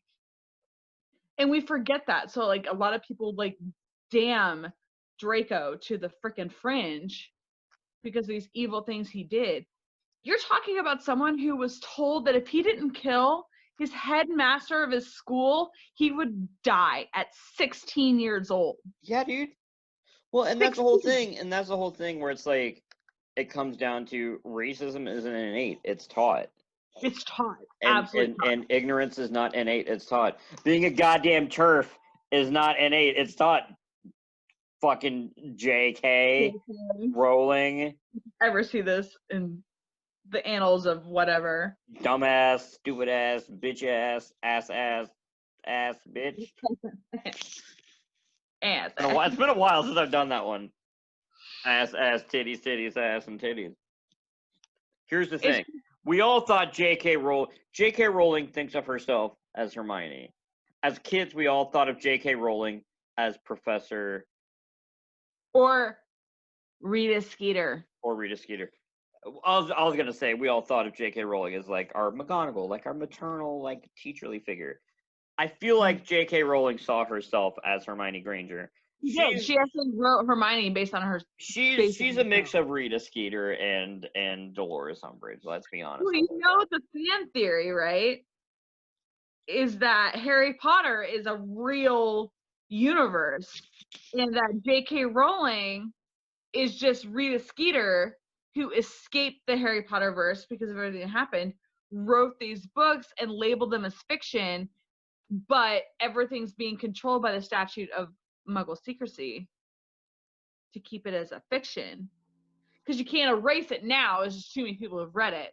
Yeah. So now it's just become this whole conspiracy theory. And let's be honest, not to get into the point. I know I make a lot of jokes, and I saw the post where it's like, "Oh, J.K. Rowling basically just Luke Skywalker." Rita Skeeter's just Wizarding World J.J. Jameson. Let's be honest. Just a less hateful J.J. Jameson. Oh no, she's still pretty fucking hateful. Okay, yeah, she's Wizarding World. She's Wizarding World J. Jonah Jameson. She's like, she is the freaking National Enquirer writer of the Wizarding World. It's Daily Bugle, man, which is why I had that one. If this gets 1,000 likes, I'll write a fan fiction for AO3 of Marvel characters in the Harry Potter universe, and one of them it'll still be the Harry Potter characters. There will just be Marvel characters included. One of them will be Peter Parker as a reporter for the Daily Prophet. he can use Accio without saying it, but he has to do the Spider-Man thing to pull shit to him. And he's an animagus, and he can turn into a spider. Fuck yeah. And Tony Stark is, I don't know. And the headmaster of Ilvermorny is Samuel L. Jackson as Nick Fury is the headmaster of Ilvermorny, and the Defense Against the Dark Arts professor is Phil Coulson. Yes. So I'm there you gonna go. go ahead and shamelessly plug myself again. AO3, Archive of Our Own. Go read Cats Yes. fanfic. Screaming, If this gets 1,000 likes, we will get Harry Potter Avengers written by me. But go read Cats fanfic, whichever side she's on in the recording. We've talked about this multiple times because it's probably going to be better. I have a couple of ideas coming up that I'm working on. I'm story planning, but it's Archive of Our Own, screen name Serpent of the Old Gods _ between every word. Go find me. And then one of these days, if we can find a suitable D&D style Harry Potter tabletop, we could do that as a live stream as well. We'll do that as an incentive. Maybe we'll do that. I've been wanting to find a reason to do a fundraiser stream. So maybe we could do that to like raise money for like Susie's Place, Terre Haute. People. Or for that, yeah. Yeah, we'll do that. We'll do something. I already had an idea for Susie's Place. That's just the thing I go to most because I always want to do something for the kids. We might be. There's been talks with me and Tobias and Sarah about potentially recording stand-up sets for a Terre Haute comedy Christmas special that we may turn into a fundraiser for Susie's Place. So I haven't talked to the Susie's Place people. I've talked to Tobias and nobody else about this. So I'm gonna cut that part out. So yeah, we're gonna potentially do a fundraiser for the LGBT community, doing a tabletop, and we'll see what we can find. We'll see. Maybe we can get Stephanie, we can get James, and see who else we can get. Maybe some of the other comedians or some other Potter heads. Bethany Mahern would probably be a good person to get in on that because I feel like she already has D&D experience and she's a Potter fan herself. So I have very little, and I kind of hate this. I wish I'd gotten into D&D when I was younger. I have extremely little D&D experience, but I feel like if I got into it when I was young, I would have just been obsessed. I've never once played D&D. The way I've had people who are friends of mine explain D&D, they're basically like, hey man, you've done improv comedy. And I'm like, yeah. They're like, it's that, but you just roll a die every now and again. I'm like, bet. All right, sick. Right. So yeah, we'll figure it out. So be on the look for that. If this gets 1,500 likes after we do the fan fiction incentive, we'll do a D&D campaign, a tabletop RPG campaign incentive. Also, or we'll just do it anyway. I'm really open to fan fiction ideas. Yeah. Only if it pertains to Hermione, because that's all I write. Post in the comments your favorite Hermione fan fiction or any just Harry Potter fan fiction ideas. Post your shit. Let me know because I'll write it and then I'll credit you. And I don't know if that doesn't get you anything, but you get like, I'll credit my fan fiction. I don't know. And with that, it's 1:00 in the morning. I don't have anywhere to be tomorrow. I don't have anywhere to be tomorrow either, but I don't want to have to edit a 3-hour podcast. So we'll keep talking. We'll keep talking. We'll hit pause on the record. But I think we're going to hit stop on the recording for now because we've been going we started at like 10:45 and now it's 1. So this may be a 2-parter. This may not be a 2-parter. We'll see how saucy I'm feeling after I'm stuffed full of turkey tomorrow. I'm not doing anything for Thanksgiving, so. Oh, honey. All right. Well, we'll talk. Just because I've been exposed to COVID a bunch because of my job. That's fair. So I was about to say, I was like, if you want to play, I know my mom and dad will be like, take Cat a plate. So if you want to play it, I'll talk to them and see. I love your mama. If you want to play it, we got you. It'll literally be turkey, mashed potatoes and gravy, stovetop stuffing, probably corn, because that's like all Joshua eats is corn. My dad wants me to come over. He goes, I got some meatballs and some rice. Hey, bada bing. Meatballs and rice. And racism. So if there's meatballs, rice, and racism, that's the title of the episode. Just kidding. It's already the Grimes of Crundle Walls. For the Marvin's Room podcast, I've been Levi Elmore. I've been Kat Scott. And we're going to continue to be. If there's one lesson that I hope everyone takes away is that I hope you find the magic within, because the wizard and witch do not choose their wand. The wand chooses the wizard and witch. Much like in life, when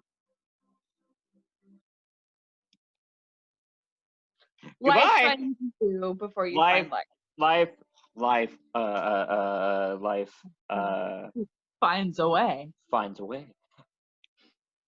Next time on the Marvin's Room podcast, we'll talk about why the best Hogwarts professor, or Ilvermorny professor, since he's American, would in fact be Jeffrey Goldblum. Boom. Oh, I'm so in. And with that, this has been the Marvin's Room podcast. Happy Thanksgiving. Happy And, Thanksgiving. Good night. Good night.